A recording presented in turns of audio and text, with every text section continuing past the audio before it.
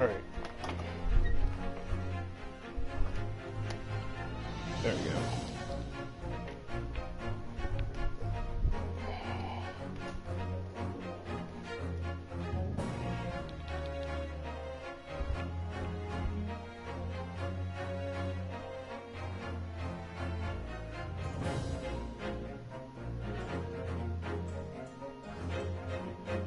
Alright, let me see.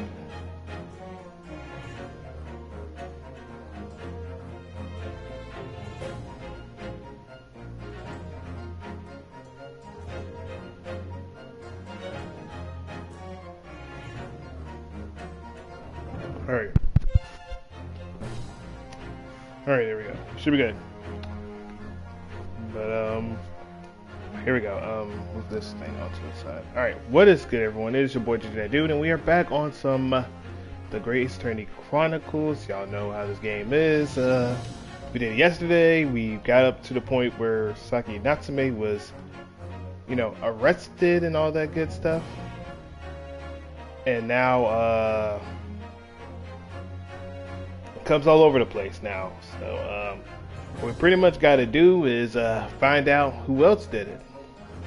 Which we don't have a lot of answers, except weird dude with a soap thing, and then some other people. So, I will say the remaining suspects I think it could be, though, at the moment. But before we go on, if y'all like the content, you know, give it a like, you know, subscribe, you know, all that other good stuff. There you go. I'm not gonna do that long introduction. Oh yeah, please follow me the entire time that I'm just sitting there the entire time. Oh yeah, and by the way, around 6 or 6:30-ish, depending on what the poll picks, either I will do Zenzo Zero or Master Duel. So yeah, I'm about to get into that. Alright, so 22nd of February, 9:23 a.m. My bad. I don't know, I said 9:20 something-ish. But yeah, 9:23 a.m. The Old Bailey defendant's antechamber. There we go. The Old Bailey. This place always makes me feel strange. I seem to get chills down my spine and break out a nervous sweat. All at the same time. Well, I didn't think I'd be back here so soon. That's my line. Good morning! Ah, good morning, Mr. Natsume. It was only 2 days ago that I was declared not guilty here. Yes, we somehow managed to prove that he didn't stab Miss Green in the back. But now this! Another morning, another murder! And here I am again in this nightmare. Kids keep coming to court! I'm beginning to think he's right. It really does seem as though he's cursed. Mr. Naruhoda, I'm afraid I have bad news. Oh. So that's me. Good morning. Yes, morning. So here we are again. Yes, again. Can I get out of here, please? Judicial Assistant, Miss Mikatopa Esquires. What's the bad news? Oh dear, you heard, did you? If you come and shout at the top of your voice, people can't help hearing what you say. Oh, I am sorry. You've done nothing wrong, Mrs. Otto. Now, what is it? Well, it seems that the prosecution in today's trial will be led by Lord Baron Van Zeeks. But Van Zeeks? Again? Gah! Oh no, oh no, no, no. The so-called Reaper of the Bailey, the most legendary prosecutor in the land. In the trial 2 days ago, he pursued Sosaki-san and I relentlessly. Of course, by the skin of our teeth, we managed to pull through, but still. Perhaps Mr. Natsume's acquittal in the last trial wasn't the end of the matter after all. Yes, I know what you're thinking. Legend of the Reaper that says Nothing can save a person in the dock when Lord Van Zeeks is the prosecutor. Oh no! But even if the person is found not guilty, the accused will meet a mysterious end one way or another. We've experienced it firsthand.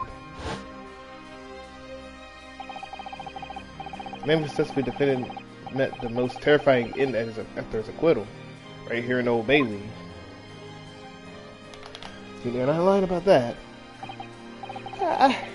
Do I have to put up with those ice-cold eyes boring into my soul again? Cursed by evil spirits and now by the Reaper. Pair of petrifying perils, potentially. Well, if it's potentially, at least you appear to have hope, Mr. Natsume. Look up, student, Mr. Naruhodo Esquire! Yes. I'm innocent! You have to believe me! You, more than anyone now. Don't worry. I'll be your steadfast ally every step of the way in this battle, I promise. This promises to be a hard battle, I fear. Give me a second, I'm gonna get some water real quick. I'll just a second.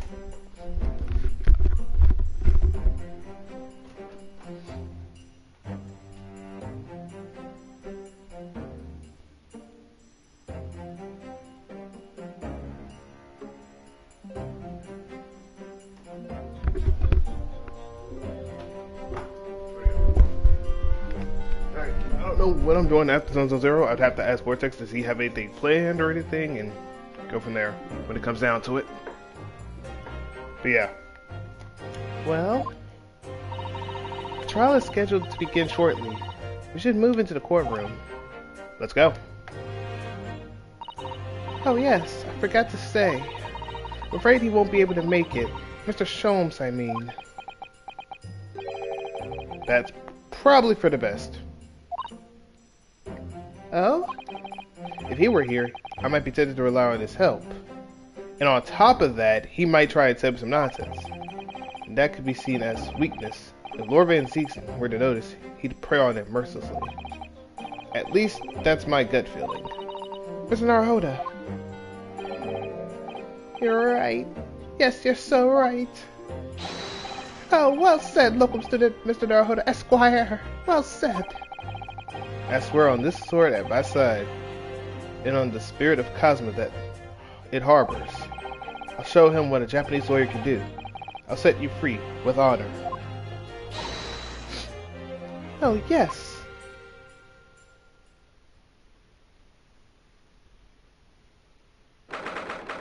(22nd of February, 9:40 a.m. The Old Bailey's courtroom.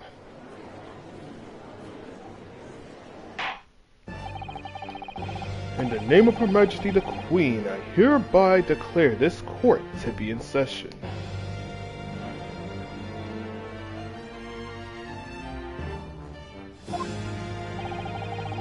I now call upon the counsels for the prosecution and defense to declare their willingness to proceed. The prosecution is ready. The defense is ready, my lord. Readiness for the trial, my learned Japanese friend, is not what the defense needs. What you need is readiness for your inevitable defeat. It's not just in my imagination, it's really there. Lord Van Zeeks has such an animosity towards us Japanese for some reason. It was some time ago now that he first became known as the Reaper of the Bailey, I believe. The past few years, he hasn't appeared in court at all. Yet now, he's back in the courtroom, though for some reason. Only when I'm defending.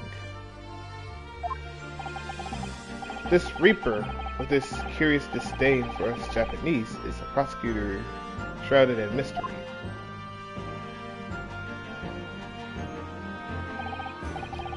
Still, isn't the time to ponder on that, or to be pondered on that. I have to concentrate on Sasaki-san's trial. Furthermore, I now call upon the 6 ladies and gentlemen of the jury. You have been chosen at random to present the will to the people in this trial. Are you ready to fulfill your duty? Absolutely. I had a feeling this larrikin was an innocent before. I must say that I feel especially ruthless on days when my hat refuses to sit right. Oh, well, I'd rather like how you're wearing your hat. I think the ruthless look is very fetching, actually. I need to be somewhere at 10 o'clock. I have a very important meeting. Let's make this quick. I couldn't agree more. I need to take home 5 bob tonight, or the missus will go through the roof. Oh, may the Lord show us all the light here, and lead his flock to the righteous verdict. Amen to that. The British jury system is so very different to our own, isn't it? It's quite extraordinary to think that the power of judgment is in the hand of 6 members of the public, and that the judge can only pass a sentence when all the jurors are in agreement about the defendant's guilt. 6 citizens of London, chosen at random, or at least that's the idea. Because I'm not gonna lie, we keep seeing that Bruce Fairplay and seeing this old man right here. The other dude, we just saw him, I think, one time, I think, in trial. Same with the woman, and same, I think, with the third dude. Prosecution would draw attention to the fact that the accused was on the trial here but 2 days ago. Accordingly, where possible, the same jurors have been asked to return for duty today.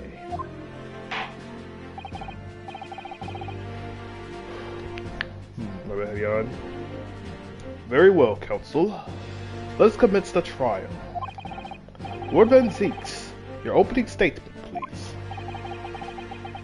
Ladies and gentlemen of the jury, it is not the intent of the prosecution to cast doubt over your past decision.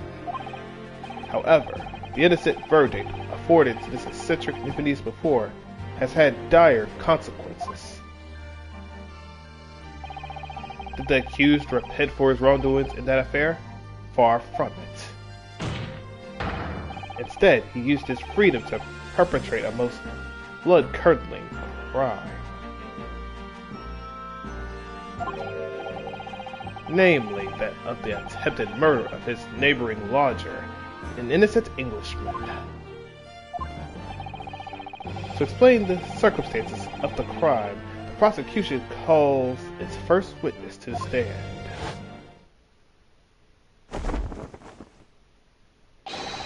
The detective responsible for the investigation and investigating the scene, and the accused himself. Correction, come on, let's go. Witness, your names and occupation, please. Yes, sir. Tobias Gregson, detective, inspector at Scotland Yard's Homicide Division. Ah, Sasaki Natsume, from the Empire of Japan. My government ordered me to come here as a student to study your language and culture. Mr. Natsume. Yes, my lord. Sir. I'm quite sure I'm not mistaken that you swore an oath never to set foot in my courtroom again. I remember it as if it were yesterday. The day before, in fact, my lord, but close enough. Believe me, this is the last place I want to be. Inspector, let's hear from you first. Explain the case for the court. Right you are, sir. Alright.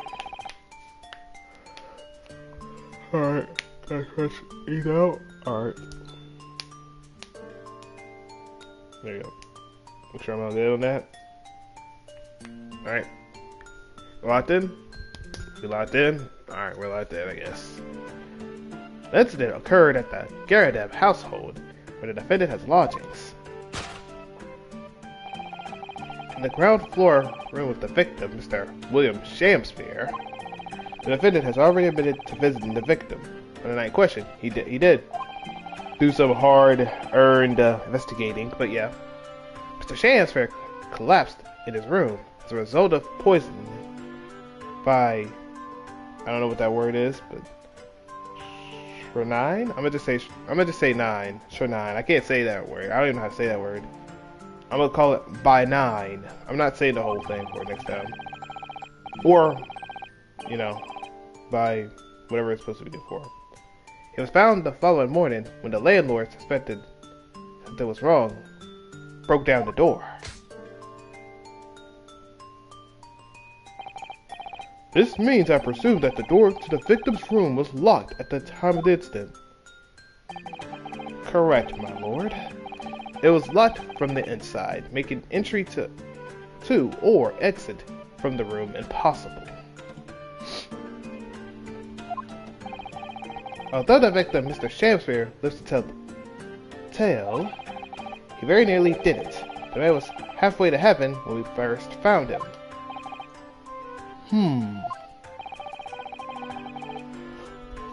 I was the first officer on the scene, my lord. And I have a photographic print here that I took at the time to show how it looked. Give me a second, y'all.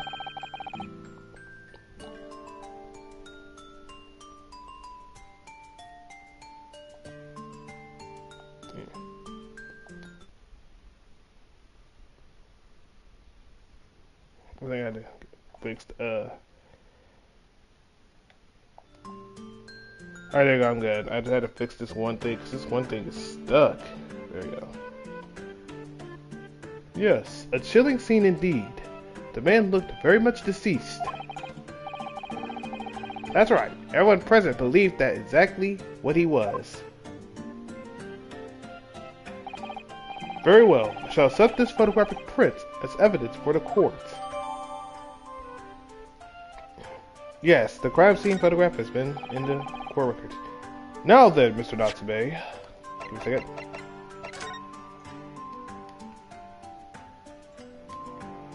Yeah, there's some leak right there. That's that leak right there. Look at that. Okay, so we need to just watch out for this. And go from there. Because something here happened. Okay, we got everything straight with that.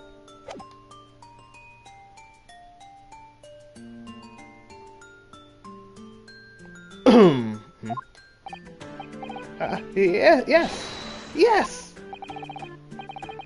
As a defendant, do you have anything to say at this juncture?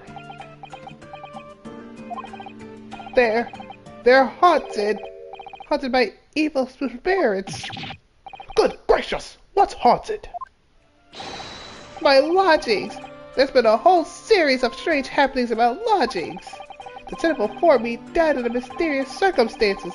A woman was stabbed by no one on the street outside.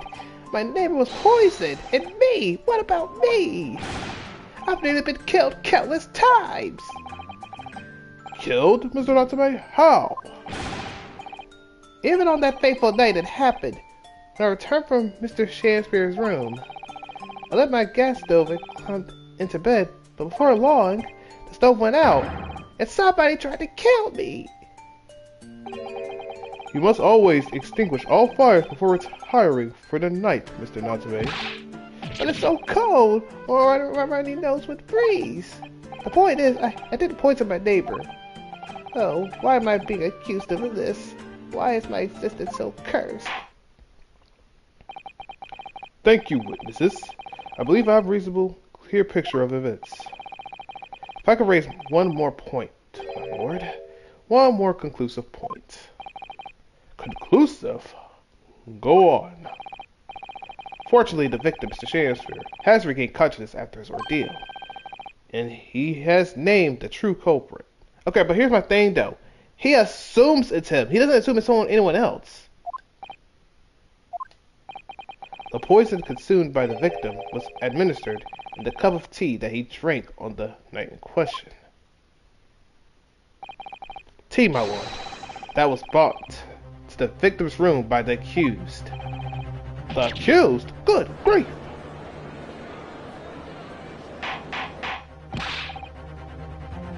Order! Order in the court! Yes, that's the crux of this whole case. If Saki-san is innocent, then why has the victim accused him? Well, Mr. Natsume, what have you to say to this accusation? That evening, yes, I did take some freshly brewed tea with me when I visited Mr. Shakespeare's room as a gift. The public water pump outside always freezes at night, so I brought a bottle of water especially to make it. And this is the result. Never will I touch tea again. Never! The public pump was frozen, you say? That's not information we've heard before. That will do. Thank you. Now, according to our laws, the defense must have the opportunity to cross-examine witnesses at least once. Before I call upon the witnesses now for formal testimony, I presume the prosecution has no objection. None whatsoever, my lord. Good. Then you will give your account of the events on the night in question to the court now. Yes, my lord.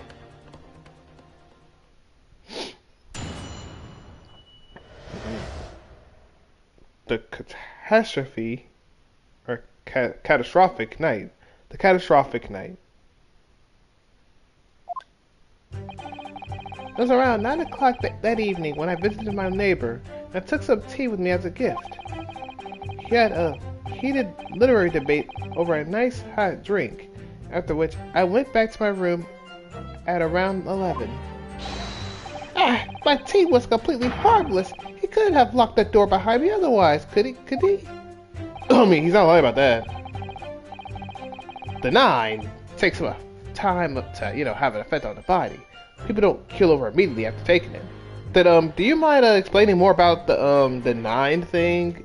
I feel like that would be nice if you explained a lot more what it does. Like, can you give me, like, the autopsy for it?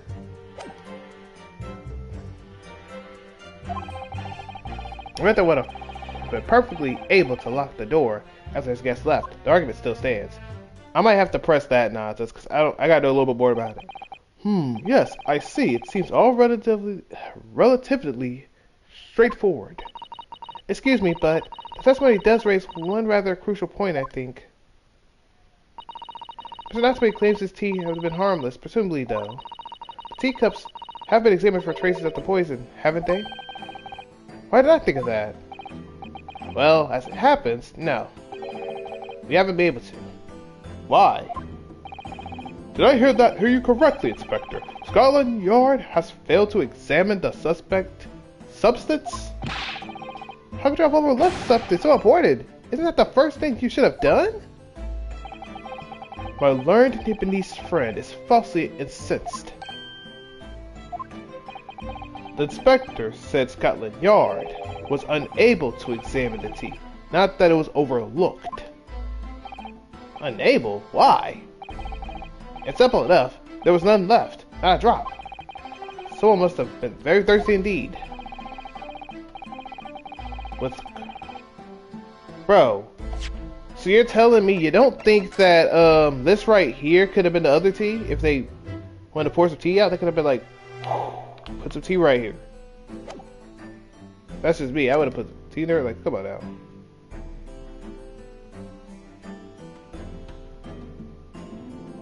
But anyway, with current scientific techniques, it's not possible to test for poison under such circumstances. We only need a drop, but that one drop does actually have to exist, funny enough. The lack of examination notwithstanding, it appears nothing other than the tea passed the victim's lips on the night in question.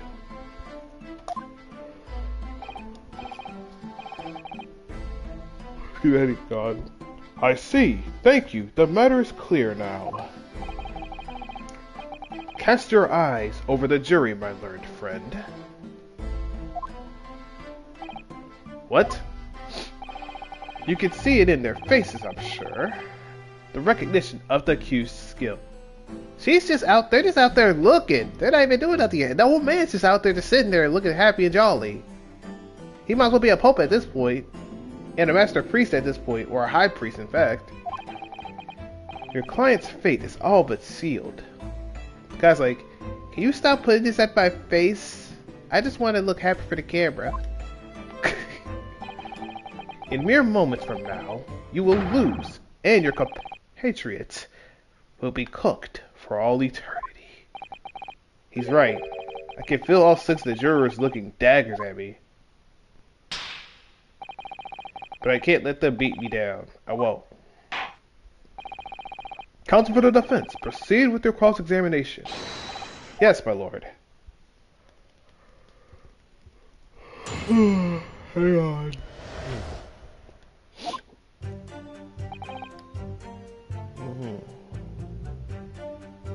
Okay.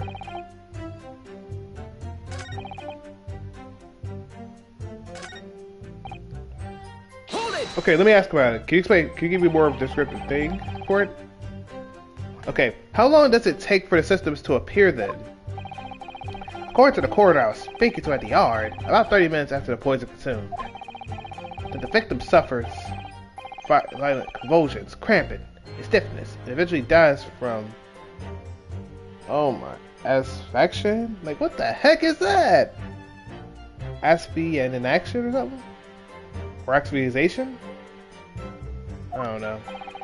So there's a 30-minute interval between when the poison's ingested and on the onset of symptoms. There seems to be a lot of different types of poison in the world, that's for sure. Oh dear, death by poison again. It's always so awful. 30 minutes is a long time. That's fair. Okay, then can I ask? Okay, before you answer this question, how long were you in that room for? He was like, I don't know, 45 minutes. How long you said? I think 30. Perfect, beautiful. If that could be the case, I'd be happy. But certainly long enough for the victim to have locked the door behind the accused after he left. You can't deny that. And it further degrades Sasaki-san's alibi. Have the medical report for the doctor who examined the victim here, my lord. Thank you. That's what I needed. Thank you. I was about to say, can y'all give me like a thing that's gonna let me know about the poison? It spells it out really. The accused is the only person who could have done it.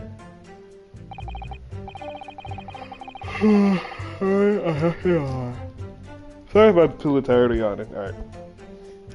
Very well. The court will add this report to the court record as evidence. Here, we're not reading that. Oh yes, I see it here. Delayed onset of symptoms. Give me a second. Let me see. Ingestion of the small quantity of 9. Toxic effects persist 30 minutes after ingestion. High likelihood of the substance being mixed with tea the victim was drinking. Makes sense. But no sample could be obtained for testing, which probably should have. The poison occurred at around 1:30 on the 41st of February. Assessed from the victim's pocket watch, that appears to have been broken when the man collapsed on the delayed onset. After the delayed onset of symptoms, the container for the poison was found at the seed. So could they put... Okay, so it has to be mixed with tea. So it has to be mixed with tea, is what they're supposedly saying. Great!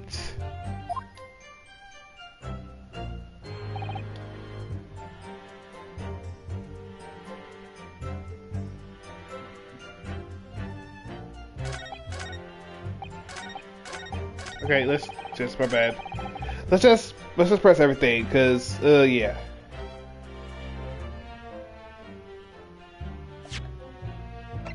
It said 9.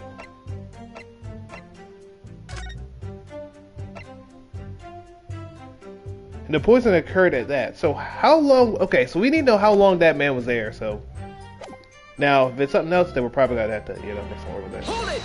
Hold it. Were you and your neighbor good friends then? No! We weren't friends! Not at all! Not at all! Never! Ever! Simple no would have sufficed. Then, why did you decide to pay him a visit? Mr. Shamsphere fancies himself as having great literary knowledge. As a fellow scholar of English literature, we have much to talk about together. Come now, no Nipponese could understand the finer points of English literature. This man is completely racist. He said, no Nipponese knows about me like I do. I'm him. And on the night in question, can you shut your mouth?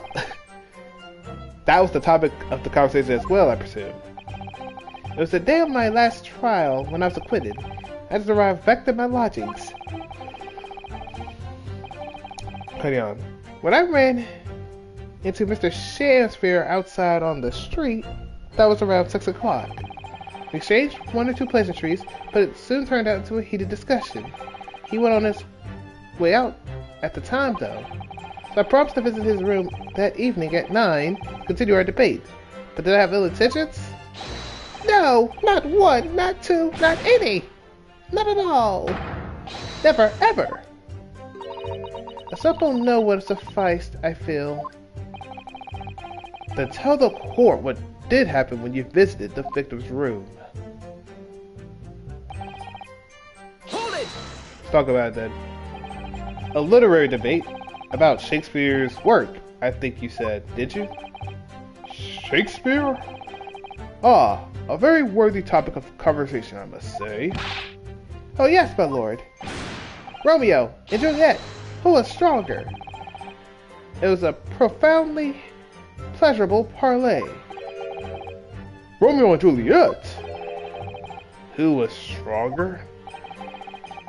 I know I'm going to regret asking this, but how did the debate go? Well, we both agreed that we would reach a conclusion more quickly with the reenactment. So we battled it out, in a Greco-Roman style, naturally. What? Mr. Shakespeare had all sorts of costumes in his room for such just a contest. So when you say a reenactment, you mean you were actually in costume? He as Romeo and I as Juliet. After a vigorous tussle, I as Juliet came out on top. A victory I shall cherish forever. I dare not imagine that terrible scene of carnage. The fact remains that it was you who prepared the tea and took it to the victim, correct? I boiled the water in my room and made a pot to take with me. I'd heard that he was too poor to have tea himself, you see. It's true. There was no sign of any tea leaves in the man's room. I wanted to do something nice, to be friendly. So why is everyone looking at me with such suspicion? My tea was harmless, of course it was. And do you have any basis for that statement, witness?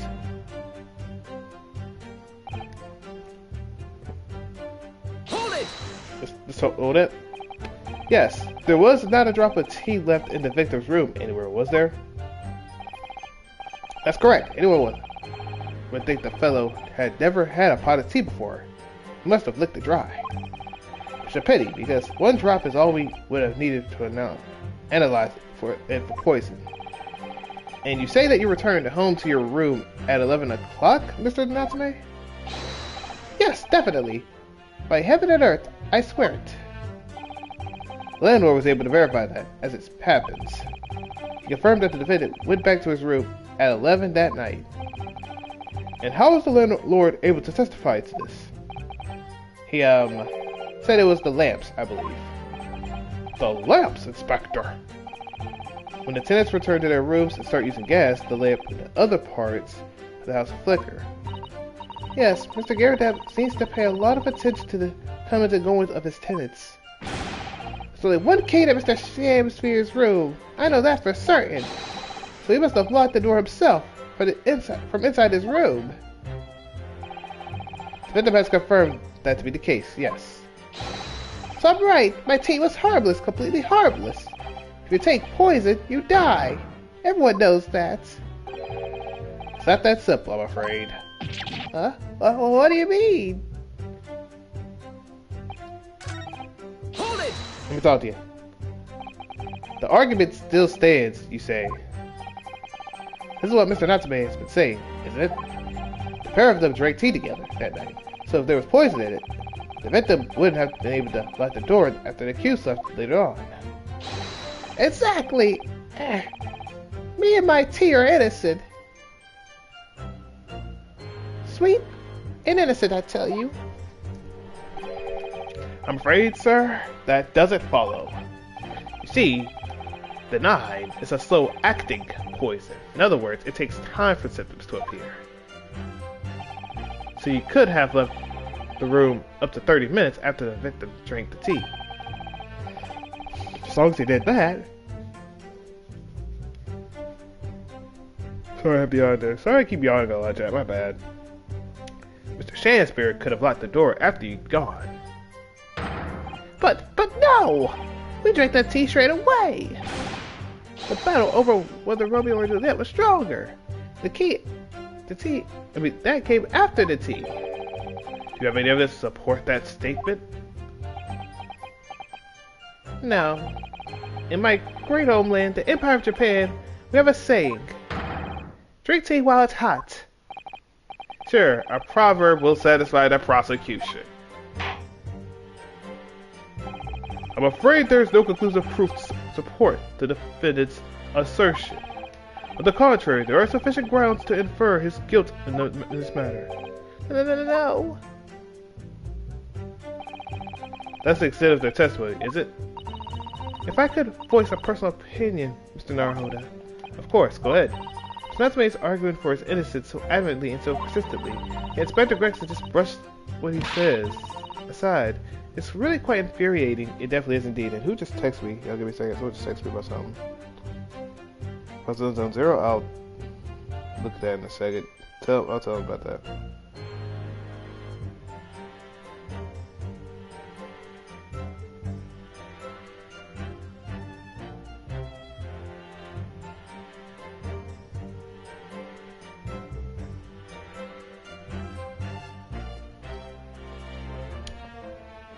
I'm just answering this person's text message. Oh, and then I don't answer no Caleb message really after that nonsense. Yeah, they do some nonsense.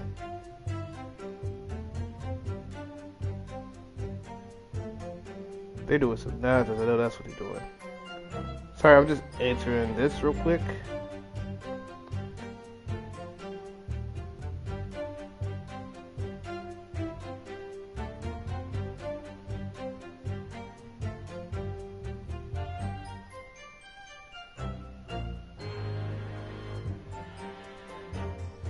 There we go. Alright, let's get this out the way though. I'll answer that other message later. I agree. So we need to find an inconsistency in what the inspector is saying, I think. I'm afraid so. As things stand, the jurors are sure to find Mr. Natsume guilty. As I see it, what we need to focus is the poison in the tea. This is a careful to testimony again. Yes.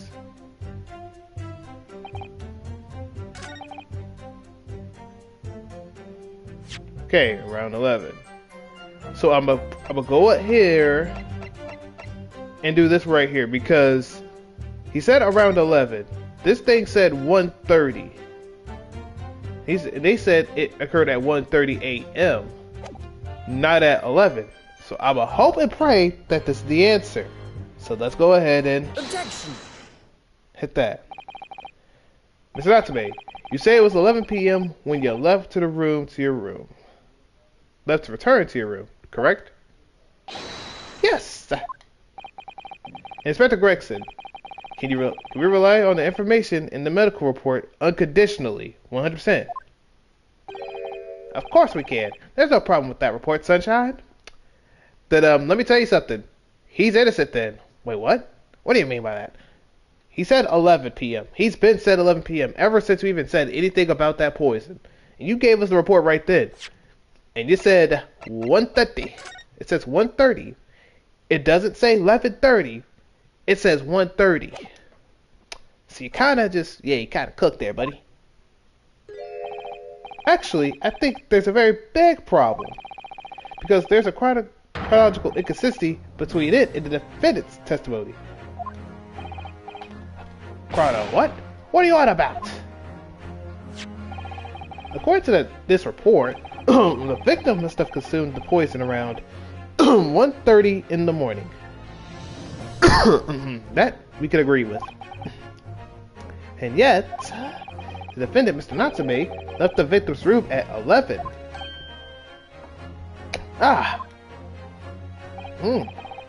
Yes, that's right. There's more than 2 hours of missing time there.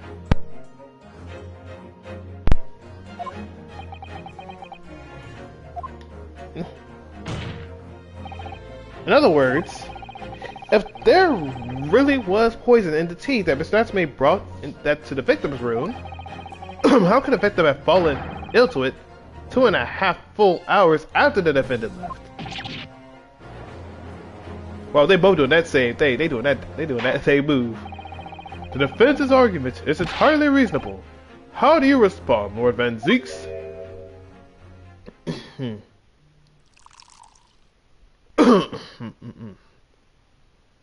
Thinking about it, he's like, crap.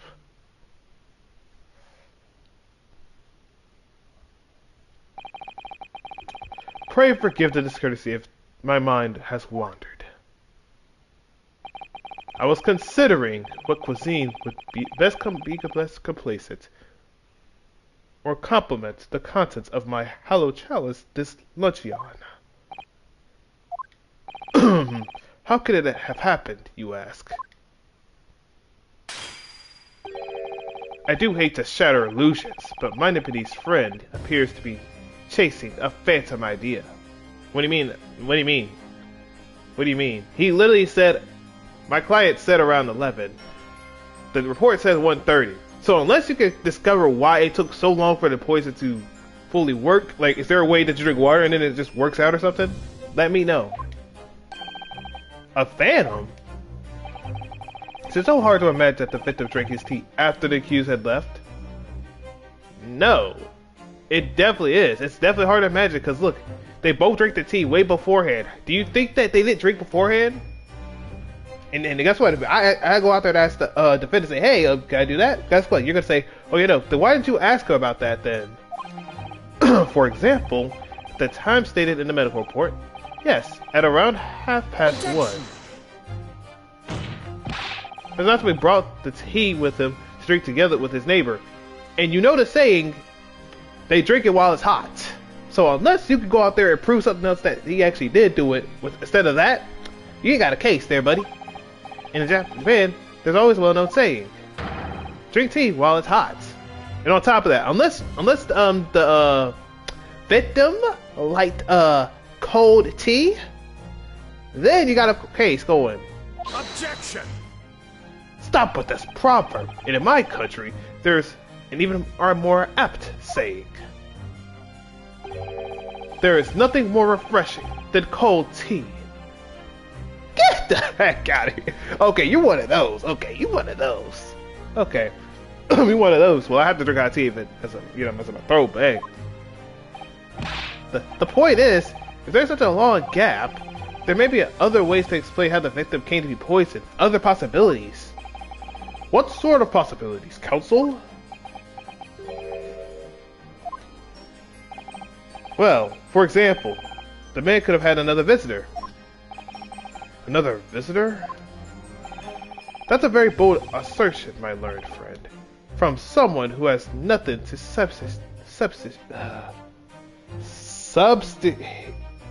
I can't say it right. Substantiate. There we go. Substantiate it. Who has nothing to I'm thinking about ascertaining the truth and stuff. But there's nothing to substantiate. Oh my, how did I say it right the other time? I can't say that. Substantiate it. There you go. My goodness. I'm gonna shut up. Every time I try to say something, it's like, yeah, no, shut up. I'm just getting hit with this. So yeah, this gonna just be a whole meme of just, yeah, me just butchering names. Or the victim could have taken the poison of his own volition. You suggest this maybe have been suicide, counsel? Objection! We don't know though. Mr. Shamsphere has categorically denied suicide. The idea can and must be discounted. Objection! What? Oh. But he could be lying. So you're saying he's capping, huh? Why would he cap about that, huh?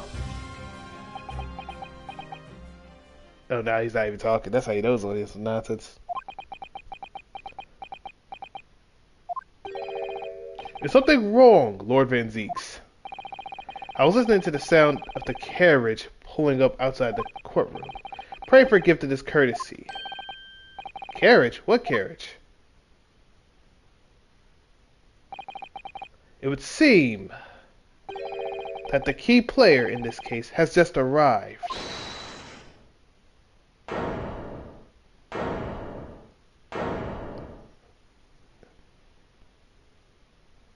He's like, who's there? Oh, brother. Out, out, brief candle. Life's but a walking shadow. Here he comes. A poor player that struts and frets his hour upon the stage, and then is heard no more.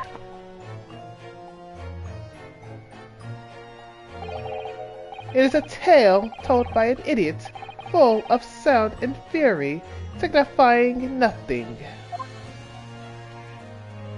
He just stole that from Gregson too. Who, sir, are you? William Shakespeare, my lord. Alas, 'tis was I, undone by these bitter events. I am the victim. What's he doing here? Why is the victim here? The prosecution seeks to call this gentleman to the stand. With his testimony, my learned friend's futile resistance will be utterly crushed. You're calling him as a witness? Very well, counsel. I grant your request with interest. Appears to discover what the court shall hear from the victim himself. Really? Happy am I, Shakespeare, to regale thee with my tale of woe, my lord. But I still have my own tale to tell, my own tale of worse woe. I can regale the court with the tale of my perfect innocence in perfect English.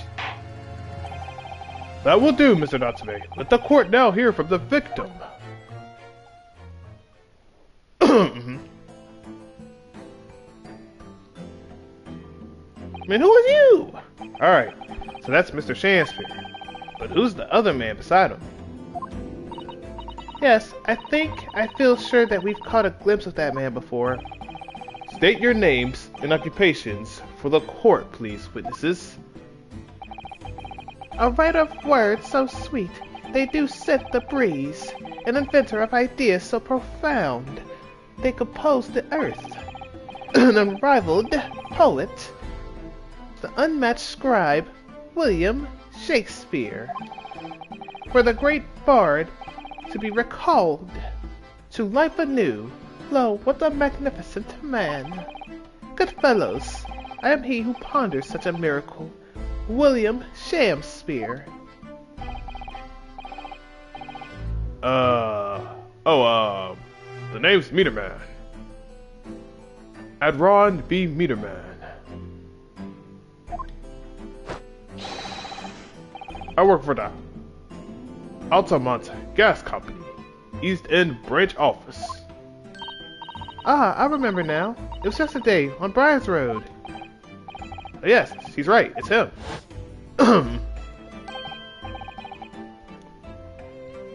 Oh, what's this? What's that man doing over there? He looks like he's trying to see into Sosaki-san's lodgings.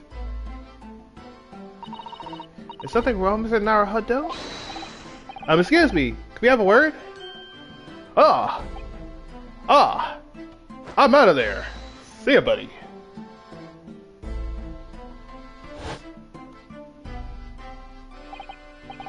Yes, we spotted him outside Mr. Garadev's house that morning. And he's a gas company employee? What does he have to do with this case?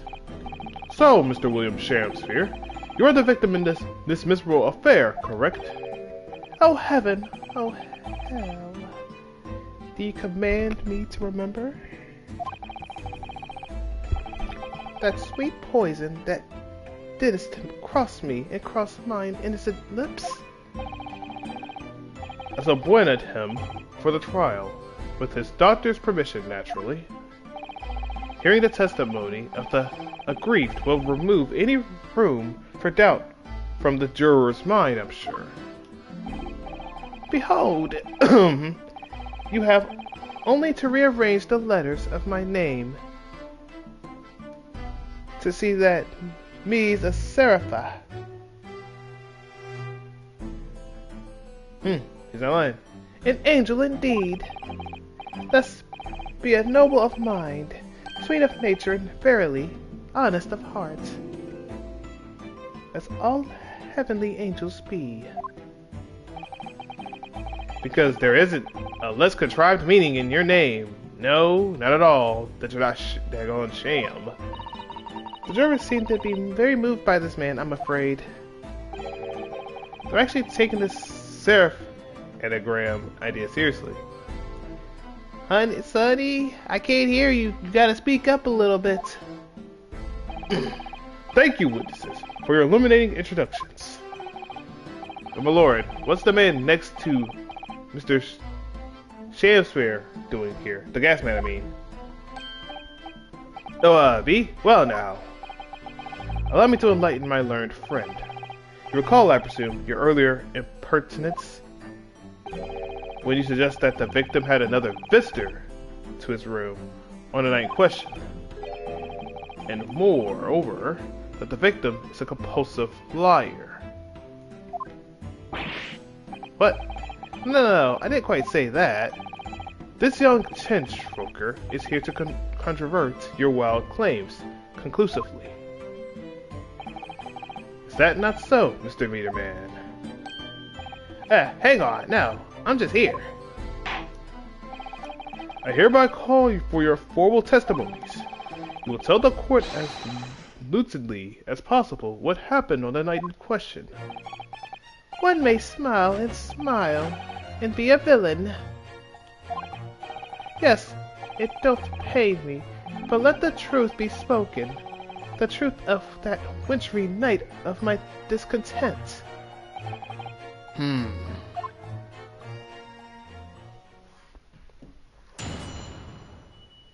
This thing's out there being weird. I'm scratching this thing up.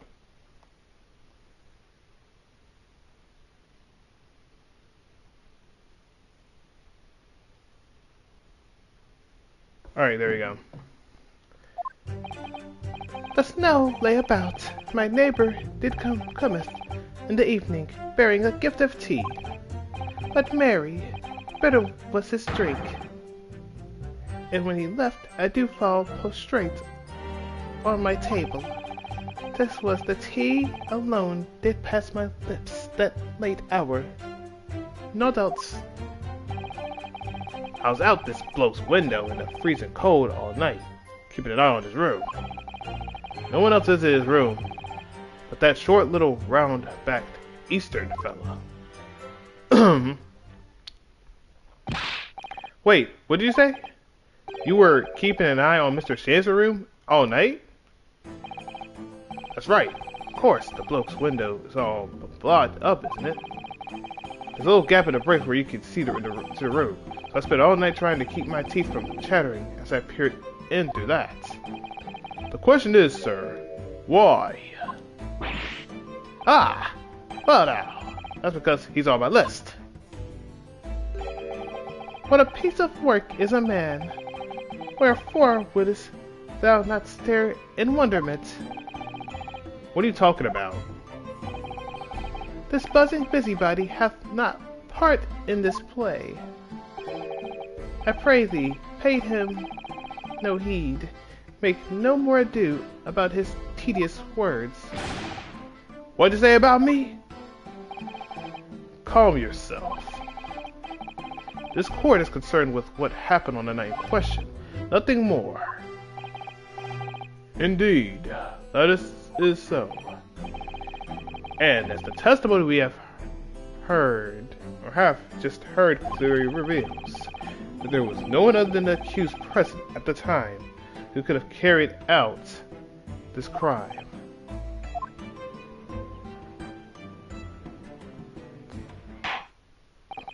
Well, I believe this may be the final testimony of this trial. Final? What? Now, counsel, the defense may proceed with the cross-examination. Yes, my lord.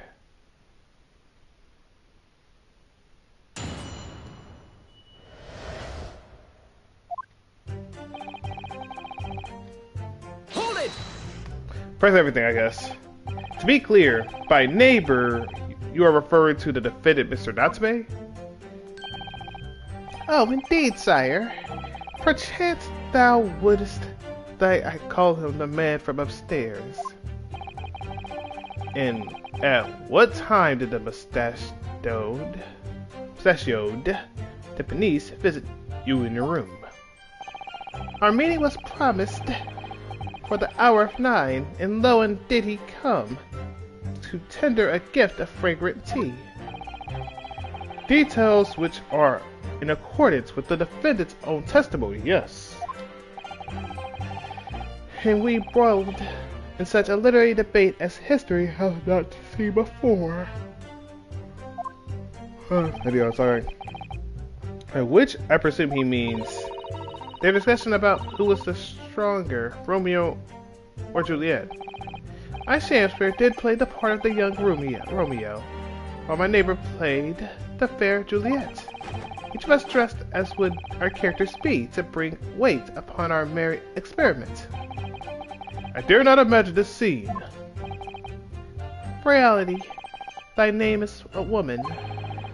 Canst thou imagine how dismayed I was? Yes, I had heard of the Eastern art of Jiu-Jitsu, but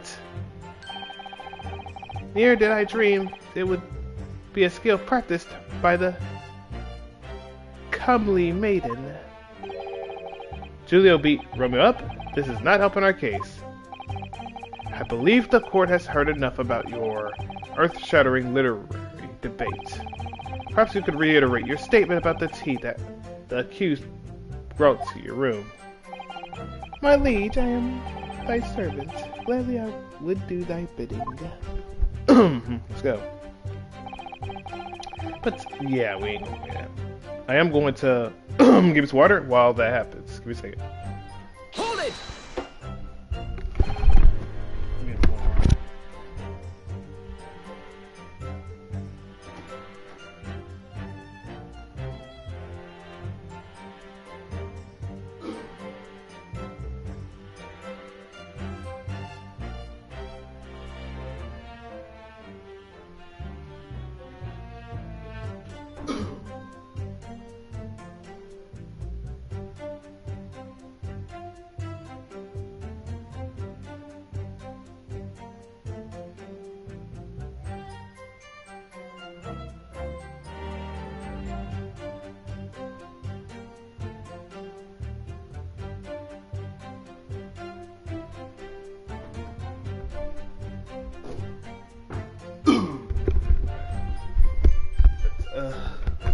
Let me stop you there.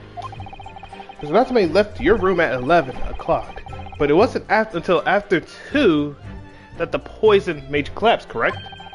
That amounts to more than, 3 hours of this time.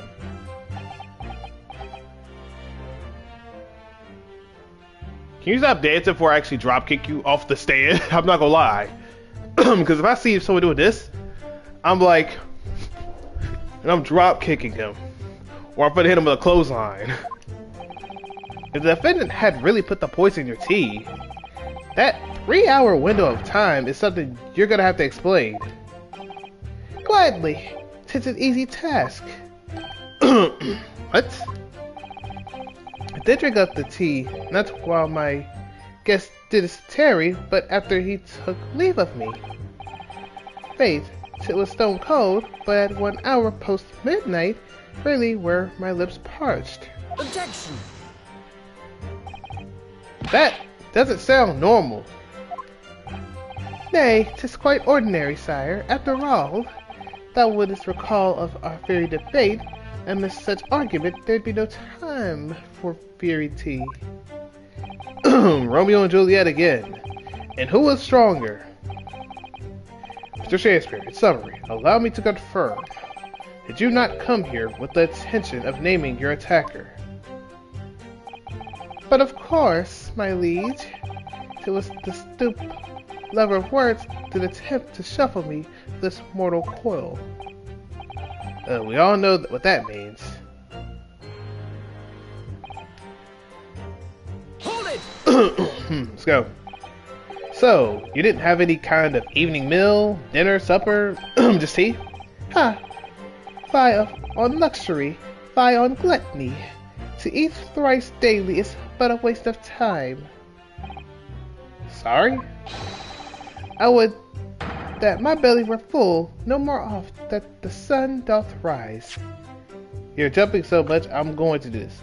Okay, so suspects are 1, 2, supposedly 3, and supposedly 4. There's 4 people it could be, so like I said, 1, 2, 3, and 4. But we're assuming it's not him, so 3 suspects in particular. 1, 2, or 3. So it could be any one of them in particular. Well, most heroic eating habits, I must say. Night and day do I fill my hours with learned study of the great bard and playwright. Hence is it that there doth not in my chambers bathed in the costumes of my art.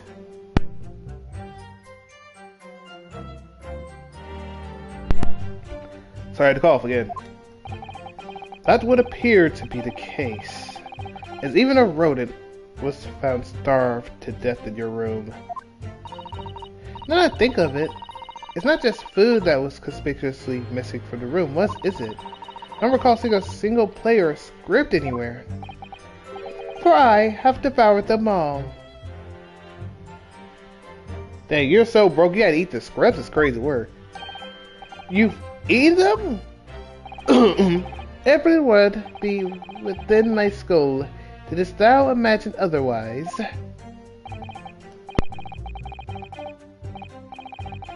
Right, that wasn't misleading at all. Now, could you turn around, do you think? Which brings us to the conclusion that the only way the poison could have passed the victim's lips is in the tea. Sadly, that sounds true at the moment, until further notice. Huh. I was outside. Hold it! Alright, let's get out the way. But the windows on the out of the... Hold up, my bad. Hold up. Alright. But the windows of that house have all been filled in. A historical artifact of the now defunct widow tax. Yeah, you're right there. All breaked up horribly. But as it happens, there's a little part of the brickwork at the bottom corner that's been opened up. I was looking through the gap. Yes, there are a few bricks loose, weren't there? And for some strange reason, a couple of bars of soap lined up on the ledge outside as well. I don't like going around poking my chin in other people's business, especially on freezing cold nights. But that was my orders, so that's what I'll keep doing, as long as there's breath in my body.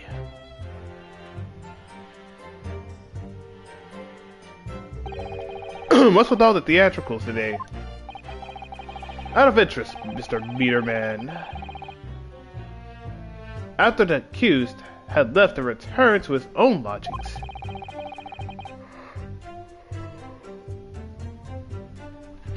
did you see the victim leave the room at all? No, he never left. He was in that room the whole time as far as I'm concerned. And we can therefore discount the possibility of suicide. How can you be so sure of that? The police carried out a thorough investigation of the scene and found no receptacle for the poison. And since we know the victim didn't leave his room, and hence didn't dispose of the poison container himself, it's clear that this was no attempted suicide. Only the culprit could have removed the receptacle. Ah yes, lucidly explained, counsel. Thank you. It really was. You can't argue with that logic.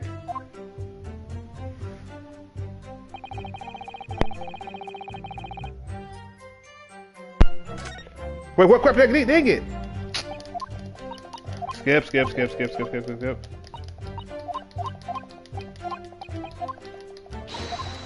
Man, skip this.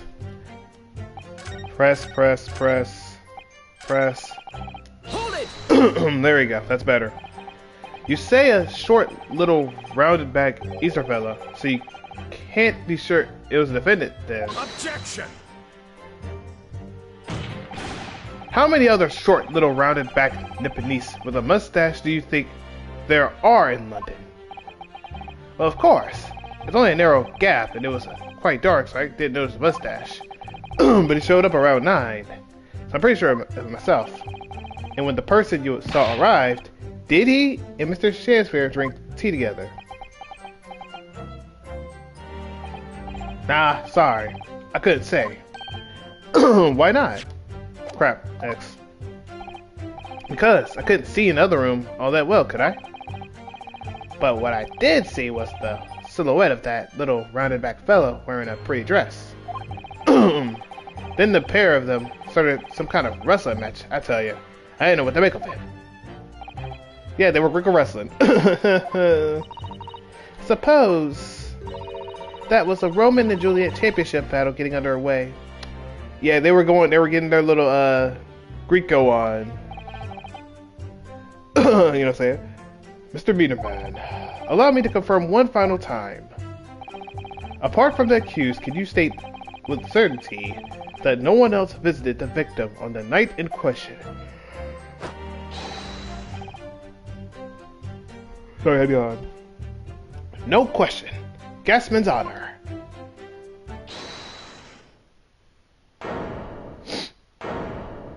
I'm guessing it's the jury, I'm assuming? Yep, jury. My lord! Goodness me! Yes, Foreman. I've kept my mouth shut and listened up to now. But this has gone long enough. Are you all with me? They say, yes. We understand that you, ladies and gentlemen of the jury, are in agreement with one another. That you've reached a unanimous decision. Too right we have. Are you all with me? And they say, yes. Wait, no, the defense is in the middle of a cross-examination. To be honest, I was holding out a bit of hope for you, young man. Especially after you identified those few hours that followed the accused leaving the victim's room. Yes, the 3 missing hours, as you put it.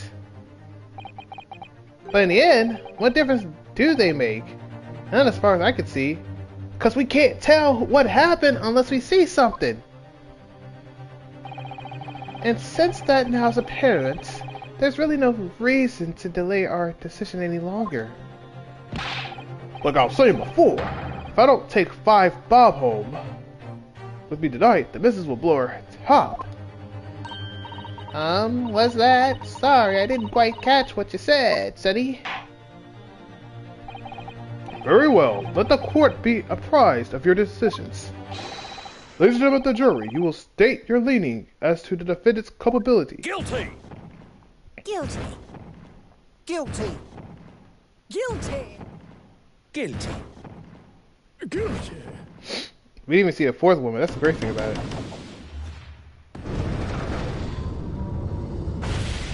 That just sucks. All of you? Well, it would appear that the jury is indeed unanimous.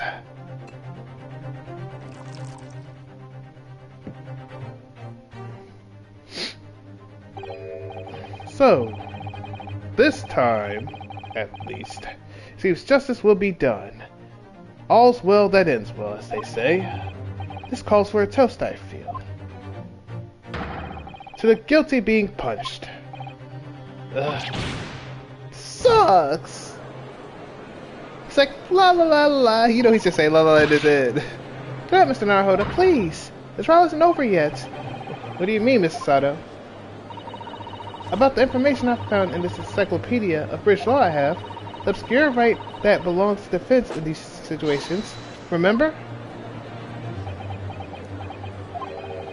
A summation examination? Yes, that's right. We don't have a jury in Japanese courts. But here in British court of law, we can reverse the decision of the majority of the jurors. We can force the trial to continue.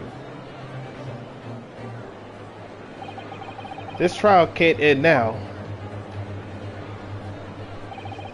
Whatever it takes, I can't just let that happen. The defense moves to invoke its right to a summation examination, my lord. Why am I not surprised at my learned Nipponese friend's inability to admit defeat? Because if I have a fighting bone in my body, we're boxing. I'm doing everything I can to win. You choose to cling desperately to some archaic rule.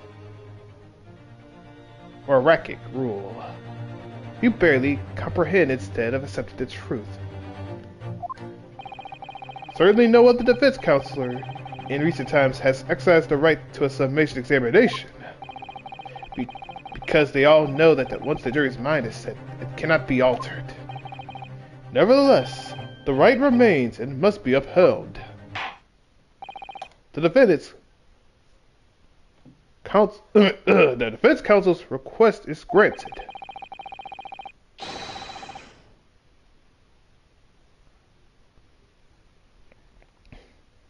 There you go. This court will proceed with the summation examination as outlined in the Encyclopedia of British Law. Thank you, my lord. Are you and your fellows prepared, Mr. Foreman? Believe me, my lord, we know all about this young lad's tenacity. Except number 4, she don't even know my tenacity like that. Everyone else should know who I am. And is that the girl lady ready? She's shivering. She's shivering with anger or something. And we're ready for it. Very well, counsel. You better cook up then.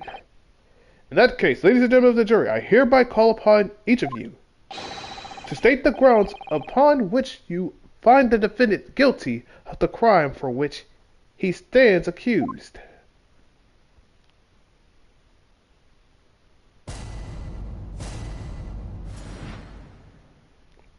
Jurors' contentions. The victim may not be well off, but he's a nobleman. And straight up, there's no reason to doubt the man. Okay, go ahead. Well, I do declare the good gentleman has no reason to lie. In fact, I think he's rather splendid.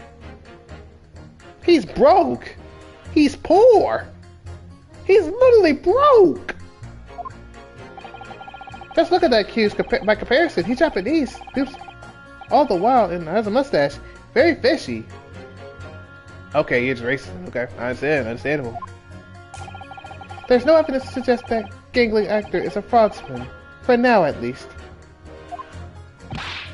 I really don't care. Like, I need this trial to end quickly, bruh. I had to press your sorry to because you keep on doing stupid stuff.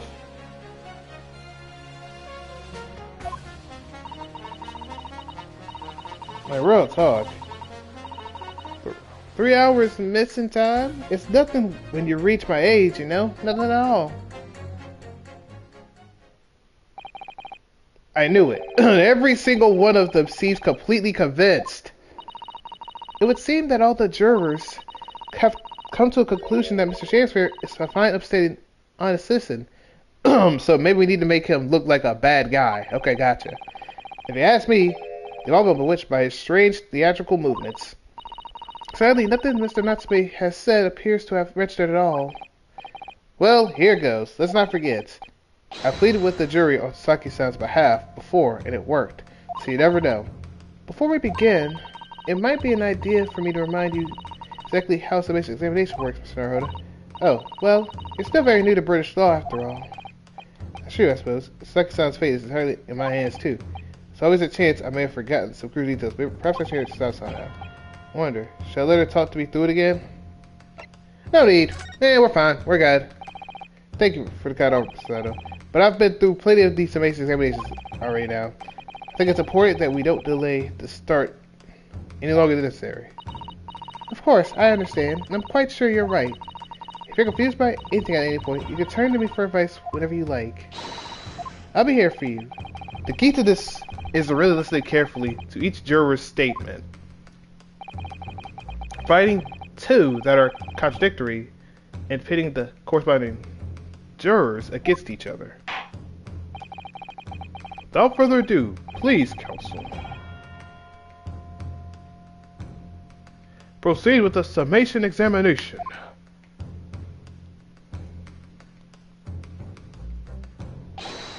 Yes, my lord. The defendant's rebuttal. Hold it! Let's talk about that then. Well, there are plenty of people in London who seem noble but poor. Couldn't some of them also be liars? I've no doubt about it. Like that shaky client of yours, for example. He never said by any chance that he had money. If anything, he thinks he got it because it was cheap. Absolutely not. Mr. Natsumi is no liar. Look, the point is, the only thing that passed the victim's lips that night was the Japanese man's tea. When you take the gas man's testimony into account, as well, the truth couldn't be any clearer.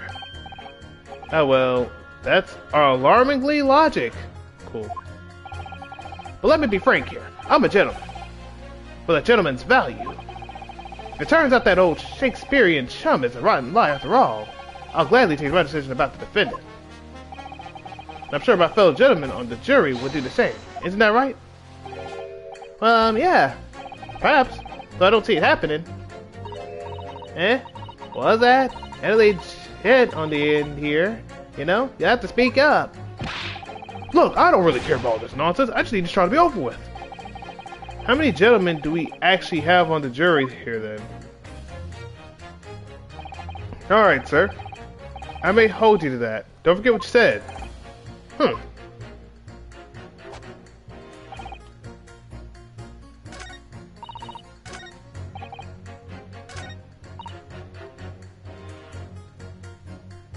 Okay, 2 we might press, if it comes down to it. Okay, hold up. Hold it! Let me ask you something real quick. A fraudman? What do you mean by that, madam?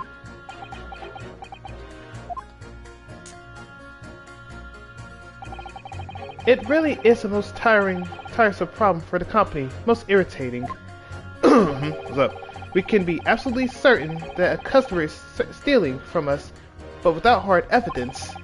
We cannot even threaten to take action for fear of being sued. I'm sorry, you've lost me a little there. Who are you? I'm the wife of August Alamont, owner of the Alamont Gas Company. Good gracious! Alamont Gas, you say? Gas is the future of energy. I said injure.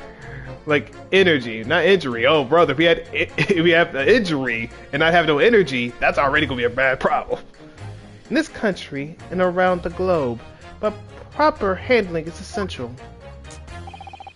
So I'm sure our employee from the East End branch office would be the first to agree. Absolutely, Lady Quinby. Gotta be used properly. Alamont Gas is the best in the world, of course.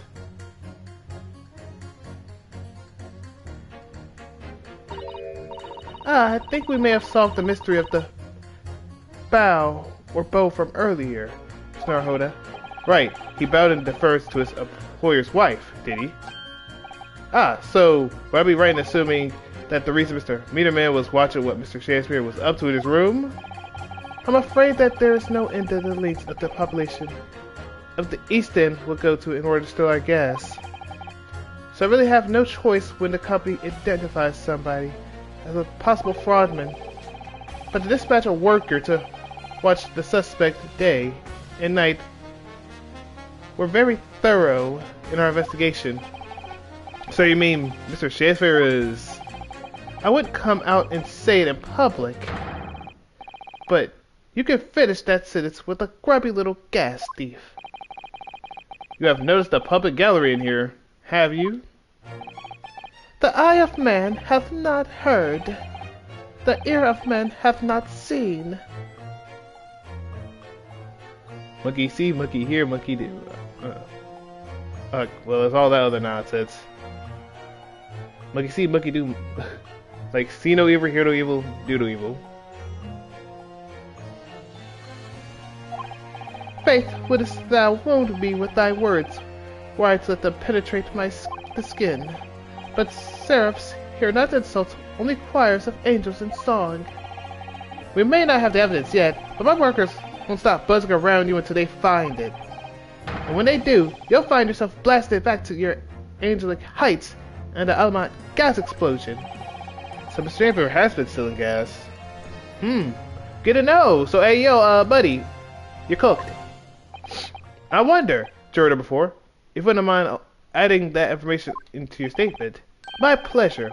Was it a bit about the ripping that thief apart you enjoyed? A little before that part about the abject violence, if it's not too much trouble. Yes, of course. This could be it. This could shift the balance.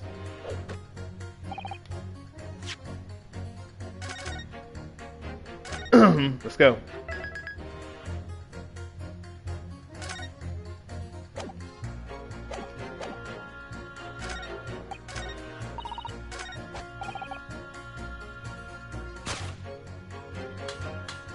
Objection! Those two statements clearly contradict each other. Good gracious! To whose statement do you refer, counsel? Juror number 1. What are you yelling about, lad? I presume you heard juror number 4's statement, made by the wife of the owner of the Alamont Gas. Let me look at my thing real quick. Well, yes. The victim who you claim to be a noble, straight-up man, in fact turns out to be a common thief. So the good lady says, but there's no evidence, is there? You and I both heard them say as much. It's true, we don't have evidence as such just yet. But the claims aren't baseless, you know. What? You heard me.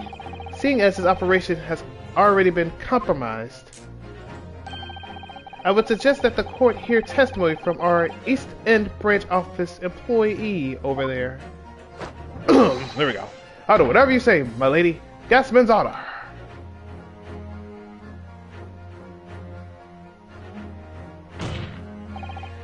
Juror number 1. You say you're a man of your word. He's cooking. If I could show that Mr. Shakespeare was a liar, you assured me that you would reconsider your decision about the defendant's guilt. Yes, I did say that. You are cooking, sir. As a matter of honor, I'll hold to it. As I'm sure the other gentlemen of the jury will. Me? Oh, well, yes. Now that we found out the man's a liar, perhaps we ought to consider the matter further. Well, I'm perfectly honest. I haven't heard half of what y'all been saying. So if this means y'all cap a few points, that would suit me down to the ground. Oh, no, I'm not having any part of this. I want the trial over and done with. In that case, I shall change my leaning. So, Mr. William Shakespeare, if that is your real name, we of the jury demand to know exactly what kind of man you really are. Yeah, the other guys just don't care. There you go, perfect. That's 4 jurors. 4 for not guilty. Yes, Mr. Naruhoda. Victory!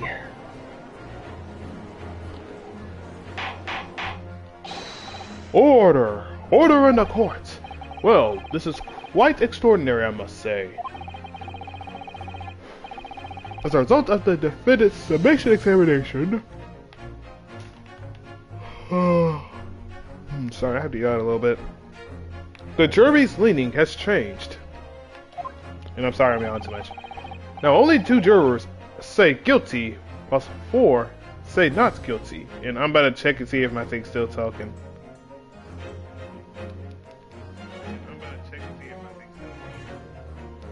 Good, perfect, okay. I had to make sure. My bad, my apologies. I therefore declare this court to be in the state of disaccord, in order the trial to continue. You go to jail, buddy? You go to jail? Go, object that. He's like, this man's annoying. Huh. You have spoiled the bouquet, Mr. Shakespeare. Well, my apologies, but I do not care about your feelings. The ladies and gentlemen of the jury now find that they are unable to trust you, the victim. But you gods will give us some faults to make us men. So God mend me, I do swear. The gasman speaketh that which concerns him most, not but gas, not naught but thin air. It burneth bright a while, but it hath no substance, and it doth reek foul. Oi, what'd you say? Do I take it, Mr. Shakespeare, that you denied all allegations of gas thievery? Most heartily, my lord. Hast thou forgot I am a seraph, an angel, noble of mind, sweet of nature, and verily, honest of heart. Ah, you flower-mouthed pompous beanpole. That's 'cause I haven't got the evidence yet. Mr. Shakespeare, if in fact you are not noble of mind, sweet of nature, and of honest of heart, if you are a liar, then your testimony should have no sway in this courtroom. It is my considered opinion that at the present time, no other possible culprit of this crime has been identified. All testimonies heard by this court thus far heavily implicates the defendant. In short, it would not be unreasonable at this stage for me to rule on the case. Oh no. However, in light of the fact that the jury has expressed a concern about the fidelity of this witness, I believe it would be inappropriate for this court not to pursue the point further. Objection!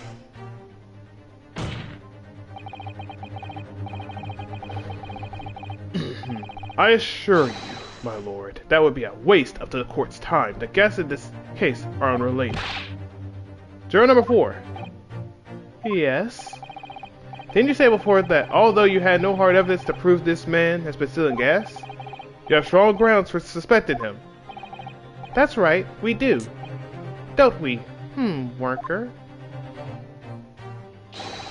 Absolutely, Lady Quinby. Gaspin's honor. Very well then. We'll hear your testimony. Wow, what the heck was that? Let me read this. Very well then. We will hear your testimony now. You will tell the court precisely why you believe the victim, Mr. William Shakespeare, has been stealing gas. Yes, my lord. It will be my pleasure. On the Alamont's gas name, I swear. If I may, my lord. Oh, ooh. She hit him with the... Wait a minute. Wait, give me one little second. Let me check what the poll has said.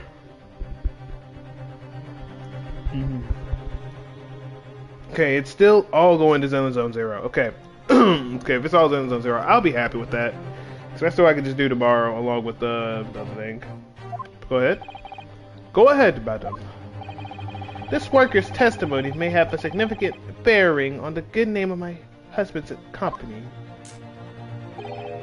Therefore, I should like to take the stand alongside him in a supervisory role, if you wouldn't mind. Woohoo! Oh yeah, sweet as honey. Yeah. Very well. As an exception, I shall honor your request. Thank you, my lord.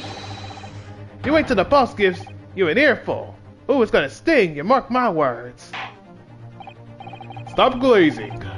So you will both testify before the court on the subject of the illegal consumption of the Alamont Gas Company's fuel. Yes. Is that clear, my good man? Clear as Alamont Gas, my lady, which is the clearest in the world. Hit him with that bow. He's like, ugh, I'm here. Do you think the gas has gone to his head, Mr. Sato? I think the man is just a very dedicated employee, Mr. Naruhoda. And he just wants to, glaze. It's okay. Because if you glaze a man or a woman, it helps them out. It gives them love. I'm gonna give you some water. Y'all give me a second. I'm gonna give you some water. Give me a second. I'm gonna give you some water, though. I'm gonna give you some water real quick.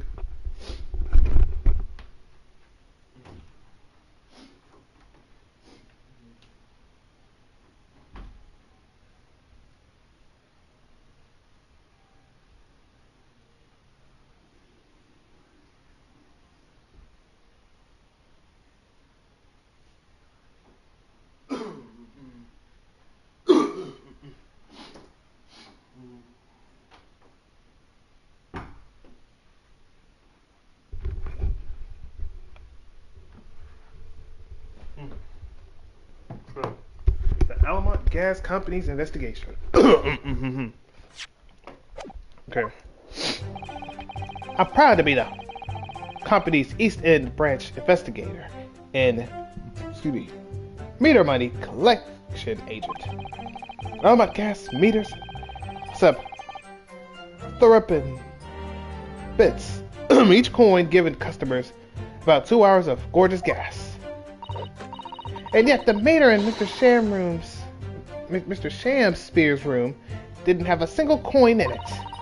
The meter doesn't appear to have been tampered with, though. The collection agent has the only key. Somehow he did all the flaming gas he wants without paying a penny. That's not thieving. What is? That makes sense. That makes sense.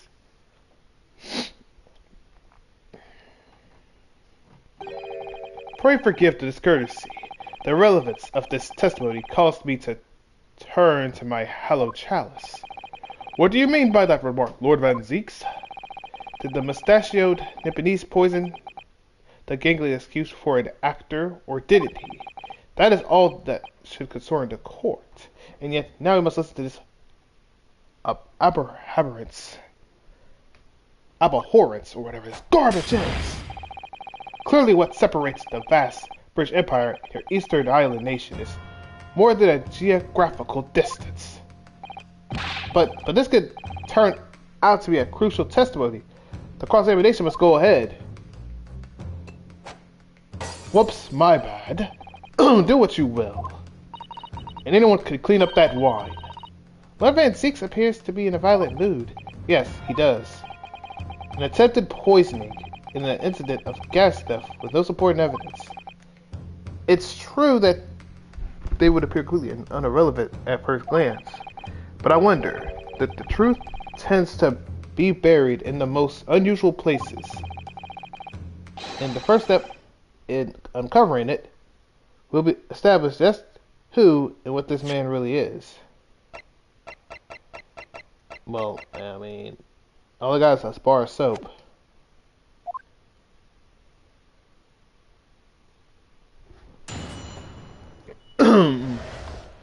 Had a cough though.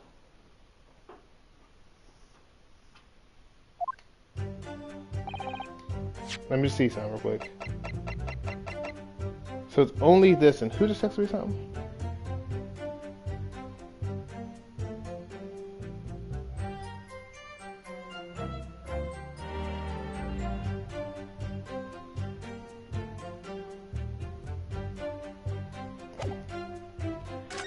It feels like I might have to press everything, honestly.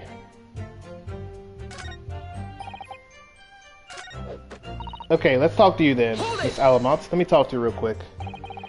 Out of interest, how long has this been going on for? How long has it been? Weeks and weeks! He's been pitching gas off of us for ages. You've examined the meter in Mr. Shamspear's room, I take it. Naturally. We took it off the wall and went over it and over it with a fine-tooth comb.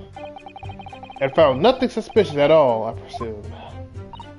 No, I'm afraid we didn't. Which is exactly why I demanded a new type of meter to be produced. One with an indestructible lock. The Shamspear Special. That sounds like it would have cost an awful lot of 3-penny pieces. But even after that, the rascal's meter was still empty.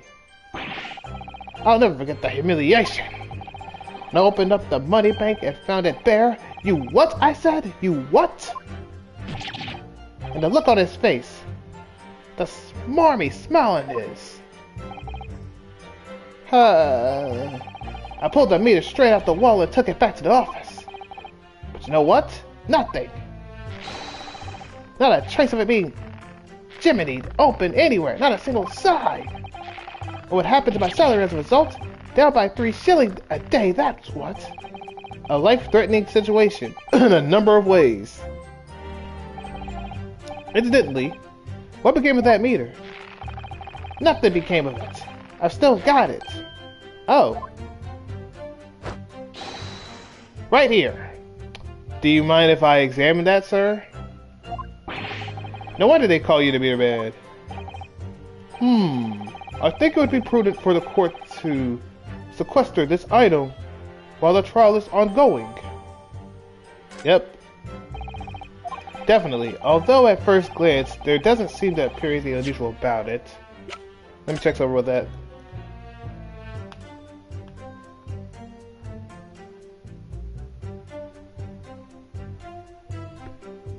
You telling me you didn't want to look at this?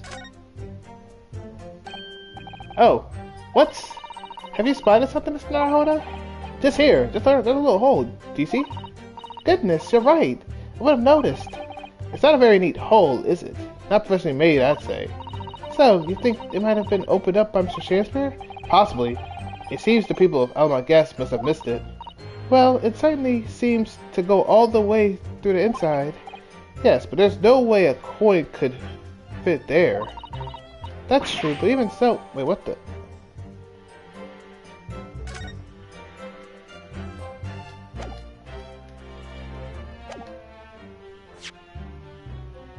That's true, but even so, it seems more than a little suspicious. There you go. Let's move things along, shall we? Continue with your testimony. So I would say it would have as much value as the contents of that meter. Oof! How dare you inspect my meter? There we go. I probably should put it for the other thing, honestly. But they said it's nothing being tampered with, and there is a way to tamper it. Objection. Because that thing has a hole in the thing of it.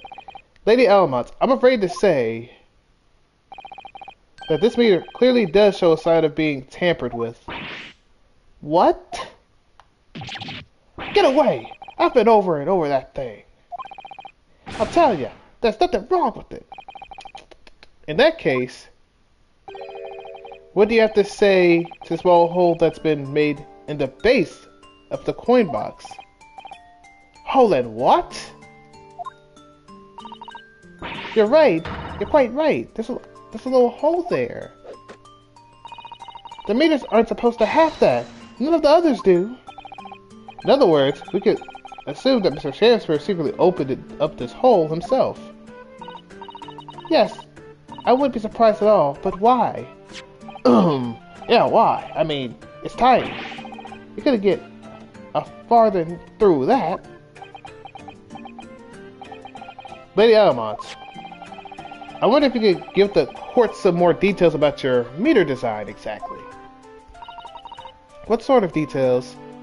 Anything of how you could get the coin in there and what the coin does and how it goes, all the other stuff with it. Well, what I'd specifically like to know is, it could be any way with that. It could be this. I want to say how it differentiates coins, maybe. You have to differentiate coins because House this middle is kind of just because she's not going to want to reveal that information. But how it differentiates coins, I think it's the better thing to me to say. How does the meter tell the difference between different coins?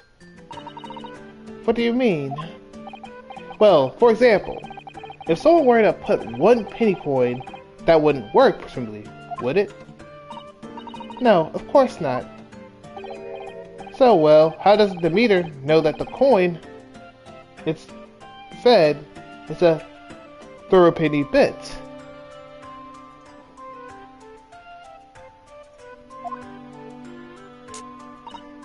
Ah, I see what you're getting at now. The meter tells coins apart by their shape and size, which in their thickness.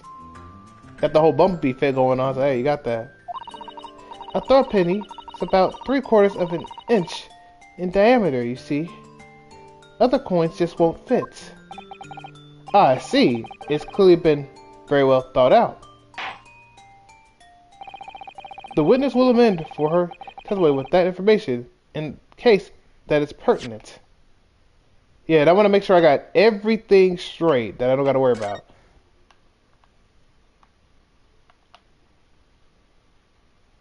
Okay, so that's up. This right here is up. And this, wait, what the? Wait, what? Wait, I thought I scanned this. I didn't scan this? Oh, look at this bar of soap. There's a circular depression on this side, about 2 centimeters across, or 3/4 of an inch. Do you think we didn't find the soap at the scene, did we? Yes. There were 2 bars of soap on that little ledge just outside the window, so we took this one. But I'm sure that when we found it at first, there was some sort of reddish medallion in the middle there. I remember it clearly. Yes, but there's a sign of it now. Where could it have gone? Wait. Was that something I could do now, or was it something I could do, like, only at this time? Bro, come on now. Wait, what? Because, look, I looked around at it. Anything else I need to look up here before I go with this?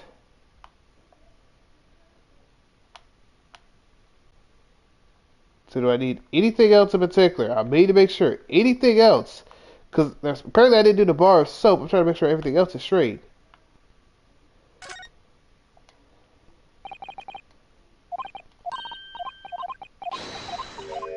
Okay, so anything else?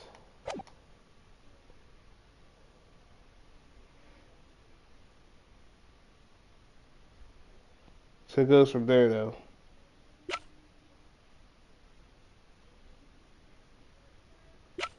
Alright, so see if it works out for me.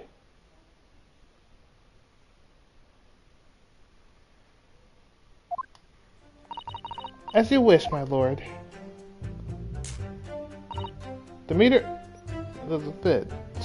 The meter is designed for coins that the exact diameter and thickness of a threaded penny bit. Nothing else will fit.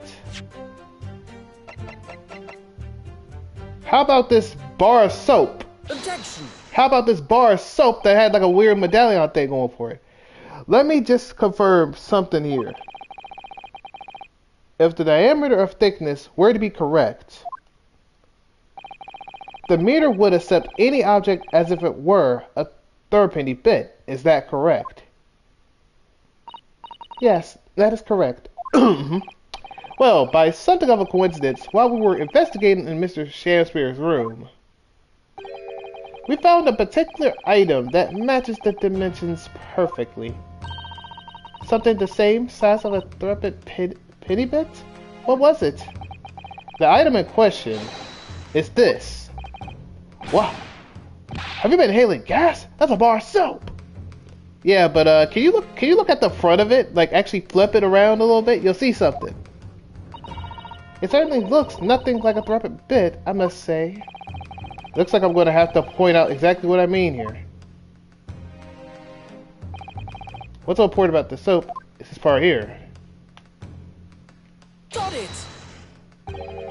You have to turn over the soap to see what I mean. I don't even think I should have anything to explain that. I'm like, ma'am and sir, can you actually look at it? Can you actually look at it? It would actually make sense if we actually looked at it. Pick it up. What do you see? They go, wapa soap. That has the thing up there. I was gonna hear the bug. They want me to go out there and point out some daggone stupid tail soap. Ah, are you referring to that round depression in the middle of the soap there? That's right. Depression that's approximately 3/4 of an inch in diameter. Or in other words, almost exactly the same size as a threaded bit. Get away! Does anyone here have in their possession a threaded bit? Quickly now, hand over your coins, ladies and gentlemen. It sounds rather like a highway robbery, doesn't it? How about here? Take it. Thanks to the kind member of the public in the gallery. I have a threaded penny bit. But can I ask a question though? Can I get that back? Ha ha ha ha ha! Yeah, no. Now to see if this fits. My lord! It couldn't be more snug! Yes, as I suspected. This, without a doubt, is a vital clue to explain how the Altamont Gas Company is being defrauded. Well, I don't believe it. She's got the whole honeybee looking going on. This game is trash! So, your assertion amounts to what? Can I ask a question of you, sir? Can gas be poisonous? Wait, what? What are you smoking on? Why are you talking about gas being poisonous? I mean, is it? Answer the question. Is it not? He's like, that's some inferior bar of soap. Has a intensive connection to the theft of the gas? Mm-hmm. Yes. The impression of the soap was clearly made by a threaded bit. I must concur, at least, that pushing a coin with some force in a poor quality bar of soap, such as this, is a remarkably simple way of replicating the coin shape. Yeah, and just keep doing that every time. Boom, doop, boom, doop, boom, doop, boom, doop, the entire time, and put it with soap, and if that soap just goes away. Yeah, actually, how does that? I mean, that would make sense. I'd be crashing out too. I'm not gonna lie too. If I was the wife, I'd be crashing out. I'd be crashing out too, baby. I'd be crashing out. Like, bro, you're getting literally done dirty because this man had nothing in there but a bar of soap every time, and that soap just disintegrates every time. It's not even a coin. I'd be mad. If I was, I'd be mad too. I'd be mad too. And then you could use, well, some melted wax or something to pour into the mold. You could make fake coins in no time. So how are they going to fix that now? This brings all the pieces together. And I'm kind of cooking here. We're kind of cooking though. I'm not going to hold you.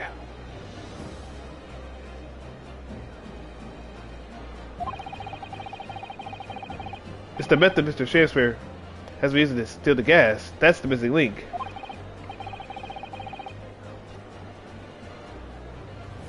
And now I have to follow the chain of thought. It's going to bring me into a new explanation for what happened that nobody's considered yet. But this is all nonsense. If the man had been making fake coins, my workers here would have found them when he emptied the meter. Quite true, Lady Altamont. That's what. In the absence of some black magic that could have made them disappear. I see. That's what we're dealing with, is it? There's one form of black magic that could cause the fake coins to disappear into thin air. Yes. Exactly. And the meter here gives it away. What on earth?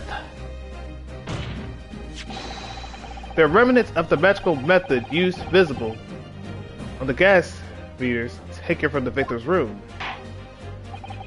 If that's your assertion, counsel, the defendant will identify these remnants for the case at once. I appreciate that, tall movement. I appreciate it, man. I'm doing the best I can, though.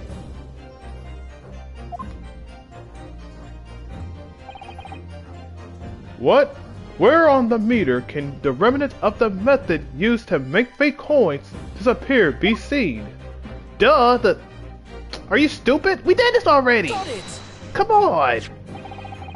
We found this bar of soap at the scene of the crime, just outside the victim's window. Outside? Yes, outside, where you yourself, Mr. Meterman, were loitering in the freezing winter air. That's where we found this soap. Ah, I get it. That's right. The answer, of course, is ice. Did you say ice? Mr. Shakespeare has been leaving soaps like this outside his window each evening, filled with water. After a night outside in the bitter cold, the water is completely frozen solid in the next morning. And then he takes some fake coins of ice and feeds them into the gas meter, giving him light and warmth in spades. And his room becomes very comfortably warm. The ice now inside the meter's coin box melts, turning back into water and draining harmless away through the small hole made in the underside of the meter. That is how Without leaving any evidence of his wrongdoing, this man has been stealing Alamont gas for free!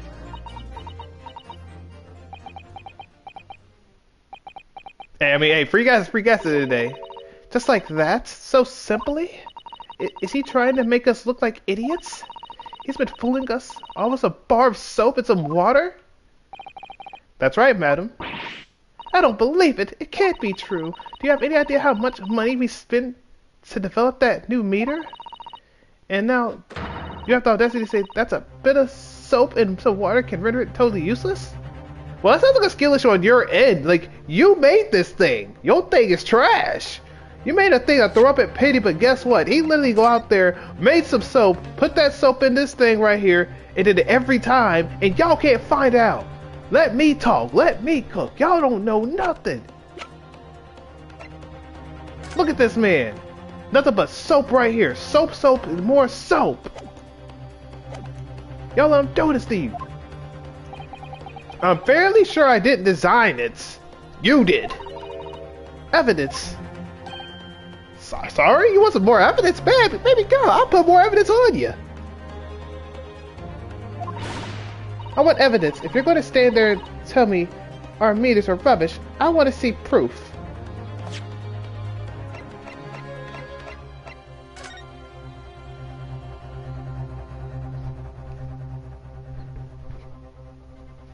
Do I need to say any more, ma'am?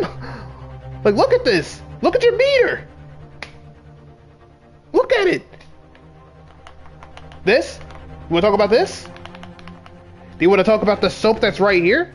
Do you want to talk about this right here? We can talk all day about it. Try to soap drink myself. Hey, I mean, if you have any meter things, hey, the game gives the tips. She's very good at enforcing accountability, isn't she?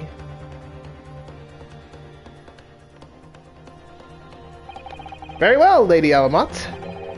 If you'd like evidence, I'll provide it. What? Mr. Naruhoda, are you saying you do evidence to support this theory?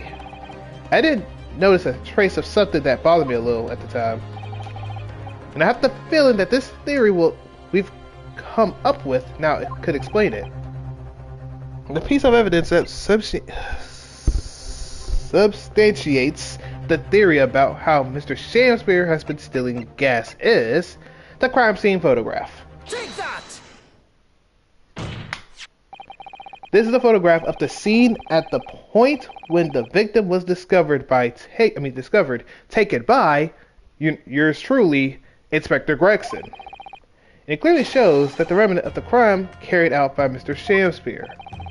What remnants?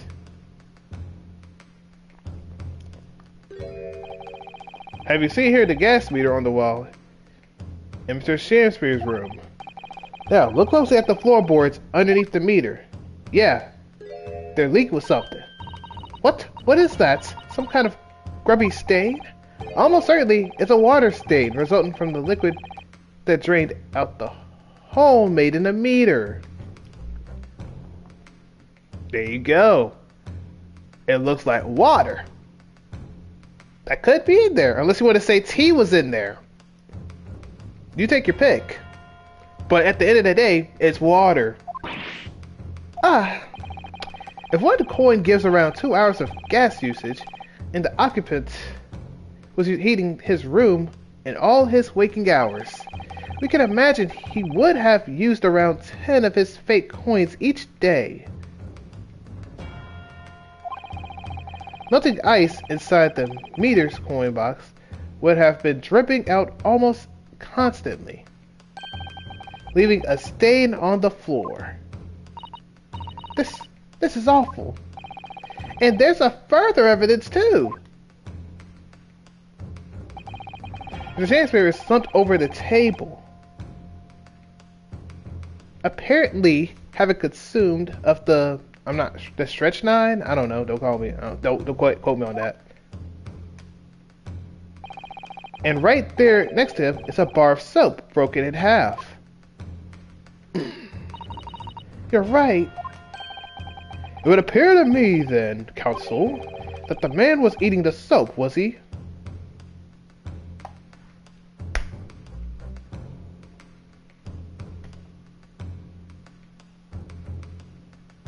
Unless the mom is right beside him and says, eat this soap for cussing too much or something along those lines, I don't think he was eating soap. Pardon me for disagreeing with your lordship, but certainly not. He didn't beat about the bush there, did he? Yeah, I would. I'm like, Your Honor, that sounds dumb. Don't ever cook again. In truth, Mr. Shakespeare was found with a fork in his hand. A mill of soap is suddenly increased. Do you mean to say he was using that fork to... Yes. To extract a frozen coin from the bar of soap.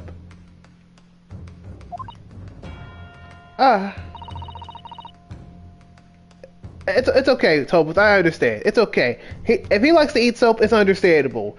Daggone, I think Sherlock Holmes likes to eat daggone candle waxes. I can't say nothing. He got it. But the bar broke it in half. So perhaps it didn't go very well. Good gracious! This is some garbage. And how many wine bottles do you got? How many of those bottles you got? The wine bottles you got? Lord Van Zeeks? I was throwing my hand up in despair and happened to catch my hallowed bottle on the way. Pray forgive my maladroit mistake. What is the meaning of this, counsel? Allow me to pose my learned friend a question. What exactly did you establish with your most recent cross-examination? Well, that Mr. William Shakespeare is a liar and a thief and cannot be trusted with his testimony.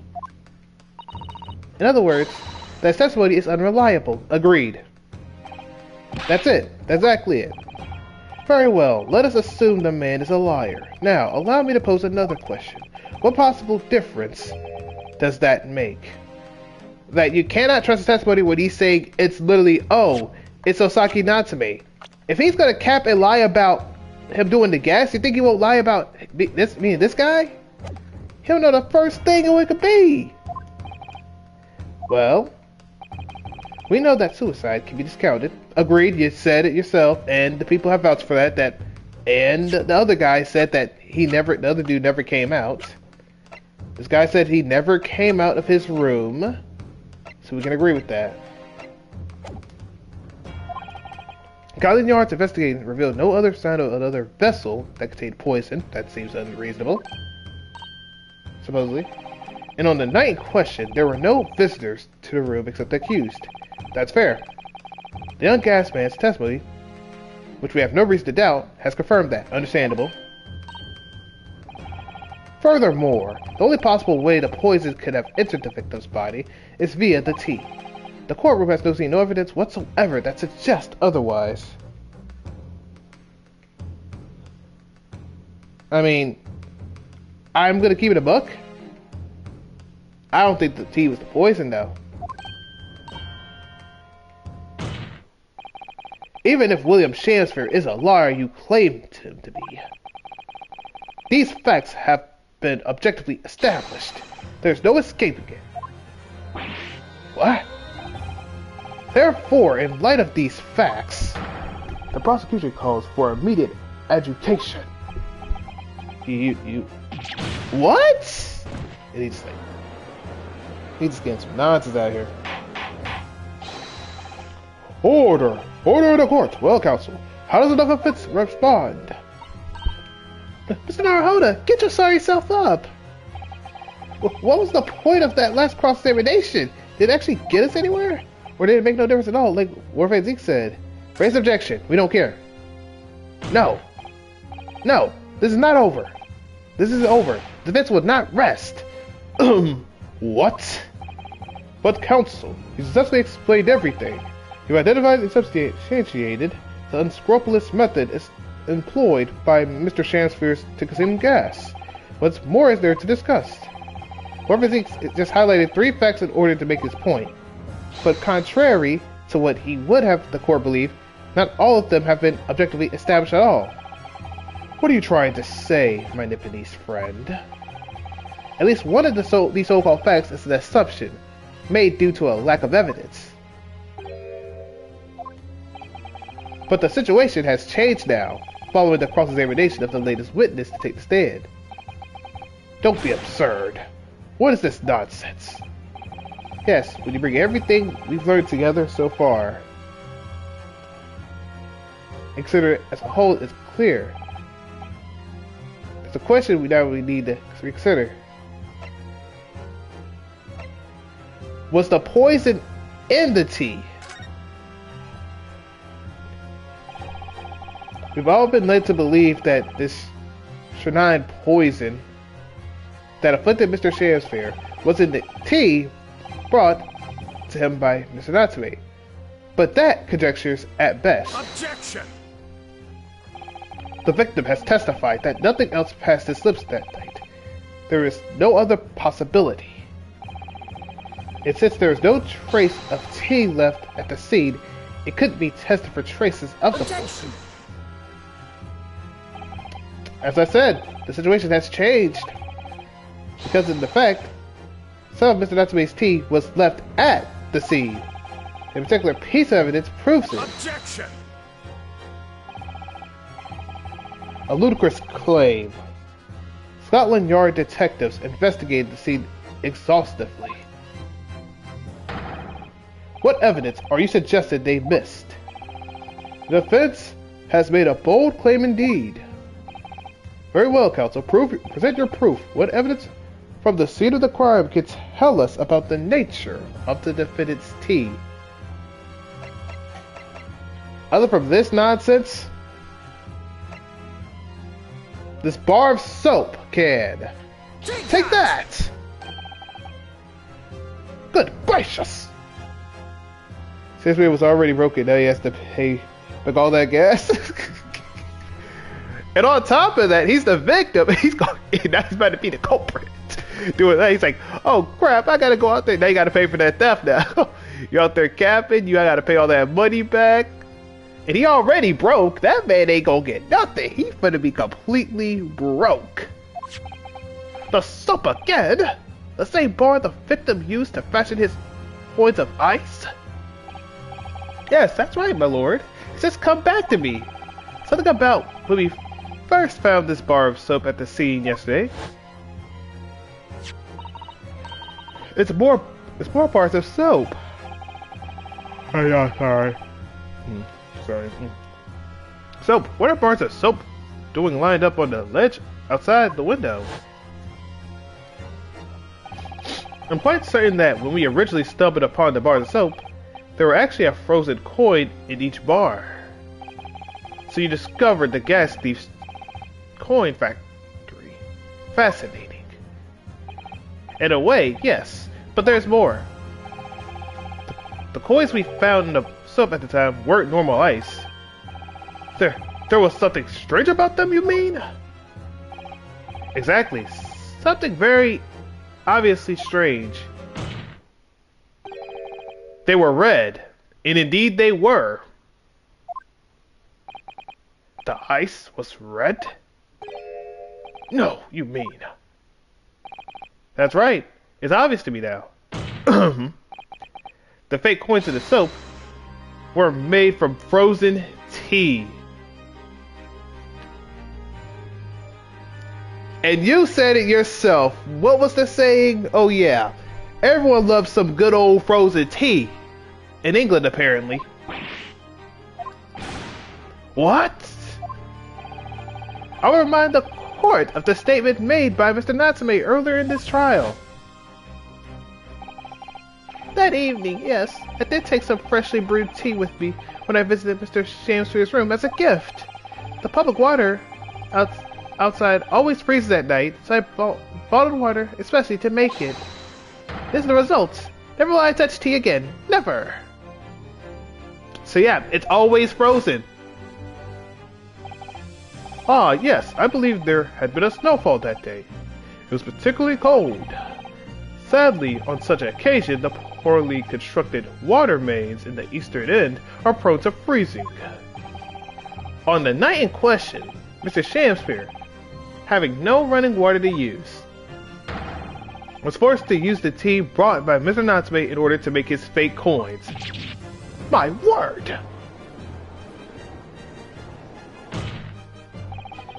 There were 2 bars of soap on the window ledge when my judicial assistant and I investigated the seed. That's right, and we only borrowed 1 of them. Which means that even as we speak, some of the defendant's tea is still present at the scene of the crime, frozen solid in the bar of soap outside Mr. Shamspear's window. Extraordinary! Earlier today, not tonight. Sorry, my bad. Sorry for yawning too much. Inspector Gregson informed the court that if even 1 drop of tea remained, Scotland Yard would be able to analyze it for poison. As such, we are already now in a position to prove or disprove what has, until now, been mere conjecture. We'll find out, sure, whether or not Mr. Natsume tea actually contained 9 at all. You smug Nipponese. My lord, we cannot do the defendant injustice of passing judgment now. The police should be dispatched to recover the remaining bar of soap from the scene at once. The defense requests a thorough analysis of the frozen tea embedded in it to determine whether or not it contains any poison.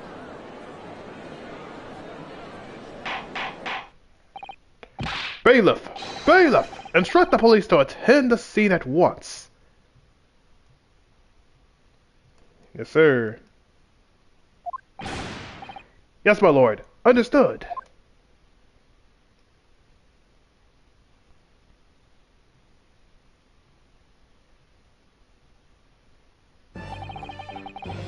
It would seem we have no choice but to suspend these proceedings for the time being. Thank you. I trust you have no objections, Lord Van Seek. None, my lord. Scotland Yard will recover the tea from the scene and carry out requisite tests immediately. The trial will be resumed at the same hour tomorrow. The prosecution and defense may conduct further investigations as appropriate in the interim. Yes, my lord. I hate you.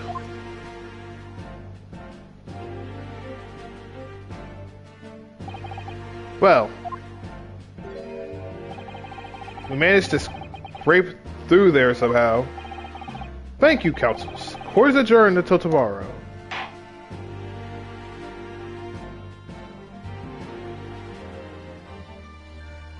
To be continued.